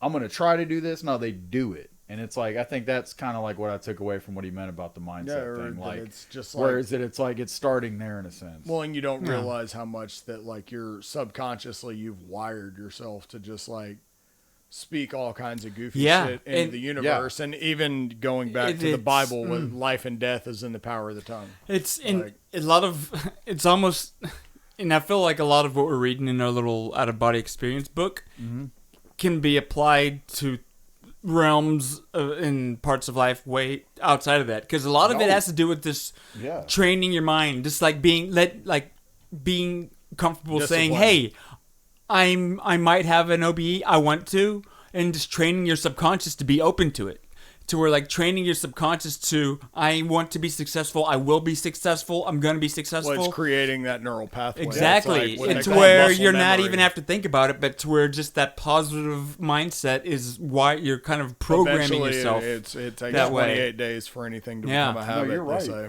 No, so it's like it's that repetition that at first, you know, to where it's like just like the will and being open to it at all. It's like what Musashi talks about in the Book of Five Rings, about how like it will be difficult at first, but everything is difficult at first. And he's talking about everything worthwhile. He's talking about using two swords, and the Book of Five Rings is all about like samurai and stuff. But it's like, but even in that, he talks about if you understand the way broadly, you'll see it in all things. And that was one of those things, is that it's like, which is great. You know, the principles, whenever you're able to take principles from one random topic or whatever and see how that they apply to life, that you can apply all throughout areas of life. And I think that it's that level of learning, and just learning how to manage existence. Absolutely. I feel like we're at least all on that idea, that mindset of, I learned this about in a sport, or I learned this and that, but that whole mindset can be applied throughout all areas of life. And that's what makes a well-rounded, I don't know, like an insightful person. There was a quote, I'd like to look it up, and I could go back and try and find the letter at the house, but my aunt had written me a quote one day years before she passed, but it was more or less one that she always looked back at and liked and enjoyed, but it was saying something like that about like a well-rounded or a human being should know how to balance a checkbook, cook a good meal, be able to love, dance, sing, play music, all these things. It's like, and then it said at the end of it, specialization is for ants. Leave that up to ants to be specialized in one field. It's like, you're a human being. You should know how to do everything. Yeah, exactly. You'd be a master of jack of all trades, a master of none, but oftentimes better than a master of one. It's so funny you say that, because I just have to bring this up a little bit. So, which it's not disagreeing with what you're saying, but it's kind of looking at it in a different light. Go ahead. So just recently, and I didn't even know this guy existed. I heard about this on the ticket. Polio Paul, some guy that like got polio in the 50s, right? He's like one of the worst cases where like he was 6 years old and within a couple weeks went fully paralyzed and had an iron lung. Like he's like one of the people who lived in an iron lung his whole life, and he just died recently. But there's like documentaries and stuff about him. His name's Paul, and he actually lived in the DFW Metroplex, right? Oh my God. And so he finds out so basically from the age of 6 in like the 50s till just recently, he's been living off an iron lung to an extent. But so on the radio station I was listening to, they're talking about, but he went off and still became a lawyer and did all these things and stuff, and how it's like, it's great, like how much he accomplished. And I'm like, yeah, that is cool. But then I'm thinking, that is cool, not to diminish that. But if you eliminate the ability to do so many things to where all I can do is try and learn as much as I can. Gather as much all I can do is learn as much as I can, find a way to actually have a life doing it. So it's almost like a morbid way to look at it. I know, but limiting. Exactly so it's saying. Like, it's almost what like the fuck else are you gonna do? Yeah. So it's like, that's great. Yeah, it's impressive. But honestly, if other than finding a way to commit suicide, what else are you gonna do? Yeah. He was like, no. And if you look at my long notes here, so it's almost like, when you're limited in options, it increases the likelihood of success in whatever your options are, right? So it's almost like, so if you're raised in an environment where people might say it's rigid and it's unhealthy, but all they let you do is play sports and study and do something else, pick something, Tiger Woods, like, son. It really greatly increases the likelihood of success in those things. No, 100%. Which, obviously, you want, like my daughter, I want her to be able to do whatever she wants. But it's almost like having the freedom to do whatever you want might actually be the worst thing for a lot of people. No, yeah. That's what... Which is just funny. It is funny, but then it's like with that whole other thing, it's like you have a whole other side of life where it's like those people that grow up in those positions like Tiger Woods and things like that have no... That's why he gets caught up fucking a waitress at Denny's. They have no fucking idea of like real world how people operate. For instance, Tiger Woods used to go train with Navy SEALs all the time and work out with Navy SEALs and do exercises with them, and SEALs would let him come train with him and do this shit and give him access to shit that he wouldn't have had access to. Yeah. And then they would all go out to lunch, and it was like, in a sense, like, it's not that they were necessarily expecting it, but they always found it weird that it's like Tiger wouldn't even pay. He wouldn't even pay for himself. It's like he wouldn't, as far as I understood, it's like he just let them pay.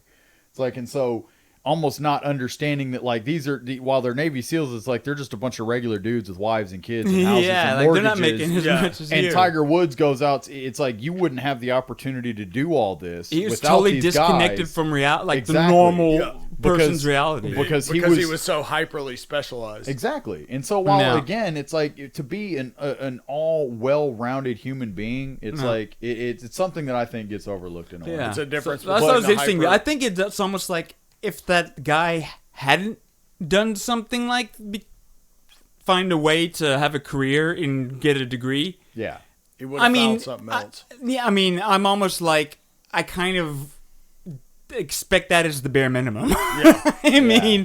I'm not single, but like if I were if something happened to me and all I could do is learn, then damn, I'm gonna or like motherfuckers that get like a life sentence. Yeah, like it's whatever. Like, oh yeah, that's like, great. Wow, I earned my high school how diploma, impressive! That's impressive. It's as impressive. But honestly, I don't know if it's more impressive than the person who does that whenever they have a million distractions that they could be doing otherwise, which is terrible. It's not terrible, but people don't look at it that way. No, it is a good point. It's like, wow, it's such a great story. He overcame so much. Well, he did what he could with what he had. Yeah. He didn't really overcome anything other than the desire to kill himself. Yeah. Like, seriously. No, you're not wrong, dude. Because I know. It's like you're trapped with that. People no, don't ever look at it that way. It's like the way that, no, I know. It's a funny truth. It's a funny truth. No, yeah, for sure. It's like, technically, there's a funniest of everything. Yeah. That's what, like, Yeah, no, that would be. Yeah, so it's like, it is awesome, Polio Paul, you know, but it's like, well, damn, if you didn't become a lawyer, I hope you became a doctor. Yeah, if you're totally limited on what you think about, like, you go home, you have nothing else to do other than think about your job. In 1950. Literally. In 1950. Well, no, when he got as a kid, so it's the 70s or 80s when he's practicing law. Either way, point being, they didn't have YouTube and TikTok and Facebook and Instagram and so, like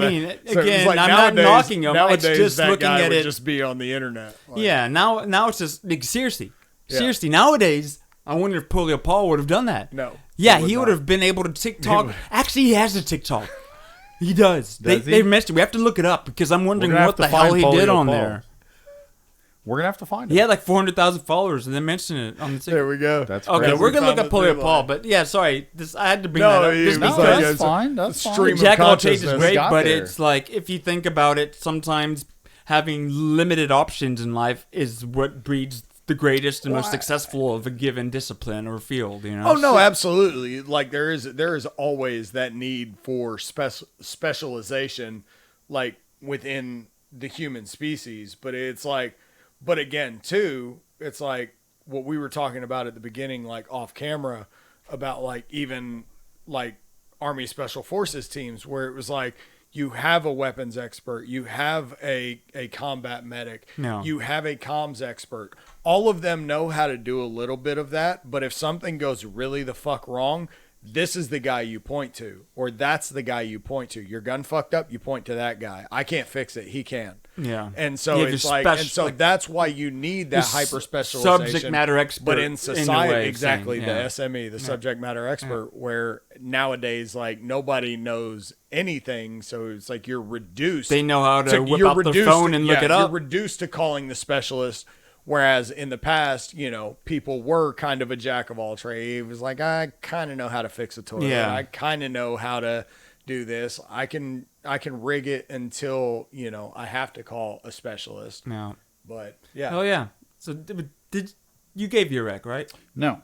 Okay. I somewhat forgot it because it was like after Chris started talking, I kind of realized that it sounded, my recommendation that I kind of thought of sounded somewhat similar, and I was like, I didn't want it to be piggyback. Oh, you mean right? You haven't done it? No. You get the opportunity to piggyback because you've yet to do it. No, well, it's not a piggyback, but it was. I want to say, if you want to give me a minute, in the and same just let me vein. try and like work. Okay. Let me figure it out and talk through it because Time it was more or starts less now. Exactly. And it was more or less along the lines of like kind of similar to what he was saying, but like understanding if you don't understand something at the very first of what someone's saying, and maybe you start to get frustrated because you feel like your point's being missed as well.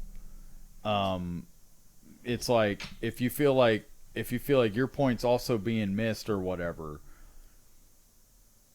you know, do the best you can to see past either. Oh, that was it.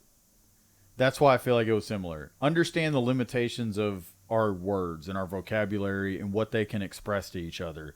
And with that being said, if you can understand, if you understand the limitations of our vocabulary and what they can express to each other, then you should at that point maybe be less offended in a sense if somebody doesn't understand what you're saying, or if you can't come to the same point. If you understand how hard it is to really relay something through vocabulary and our words, it's like we can easily get confused. And so it's like truly express precisely a feeling. There might not be a way in words to do it. So taking that into account, don't take things so personally. And to understand, yes. And be patient, be more patient. And learn that it's like you can maybe take that as a chance to, with the person you're running into that misunderstanding with, take that as an opportunity to, instead of saying, you know what, fuck it, let's just walk away, take that as an experience to walk together and come to that conclusion. To figure out maybe what it is that you're not coming yet. Because again, that was my point. Recommendation of the week. Try to, whenever you feel like you're getting hung up in something, try to understand that it's not just that you're right or he's wrong, or he's right or you're wrong. Understand that some of it comes down to not being able, what the limitations of our words. You're doing the best you can to convey the information that you have. There's not a perfect system for what we're trying to accomplish, and acknowledging that. But we think that it's a super perfect system. Since I say this, you should know that I mean, if I say X, you should know that I mean Y, but that's not always how it is. And it's like, I say X, but then you think this, and it's like, I said there. No. Exactly. And so you start going back and forth, but not understanding. It's like, just take a minute to, you know, really, I guess it could be recommendation of the week. Could just come down to be patient. That could be what it boiled down to. Patience. Honestly. Potentially. If you were to boil what I just said down to, it could just be boiled down to patience. Be patient. I'd say practice patience, which and with yourself too. It's not just with others, because that's the thing. Practicing it ain't easy, because that's how you get to be more. Well, patient, and be careful about asking. Like that was, I remember somebody when I was a kid in church. Careful what you ask for. No, well, somebody in like one of the older guys at the church saying something about like praying for patience, and he was like, "Be careful about like asking for patience." Because God can take your family like it's a dose. Well, but it was like, no, like God's not going to be like, bing, here's your patience. Here's your patience. Oh, yeah. No, he's going to put a motherfucker, he's going to put a you motherfucker don't in just your life. Become patient. You know, it was like, he's going to put something, it was like, so if you ask for it, it's like, be okay, prepared. is this what you want? If you want wisdom, he's going to put fools in your path. Yeah, exactly. And so it's like it's not a I'm just going to give you the YouTube video to watch it so you can figure it out. It was like, I'm going to throw you in the fucking deep end of the pool, and you got to actively like battle. You have to actively practice patience. You're going to be put with these people in your life, and you'd be like, this fucking mother. Yeah. And you'd be like, yeah. Well, that's good stuff. I feel like we've had a pretty good episode. It's getting late. Yes, sir. We need to help old Stephanie. She's getting a little packing done. Make sure she gets. She has one shirt, a toothbrush, and a towel. We've done enough here tonight, guys. We hope y'all have enjoyed. We really appreciate it. For any of those who are watching us, listening to us, whatever, subscribe. Thank all of you. Seriously, thank you all. Like. I don't care if it's 4 of you. True Thank statement. You. Yeah. So much. Like we love hanging out, and we love whoever happens to be hanging out with us. Yeah, exactly. And so, just want to say thank you, and let's just wrap this thing up, and we'll see y'all. Yes, sir. We'll see y'all next when we see you.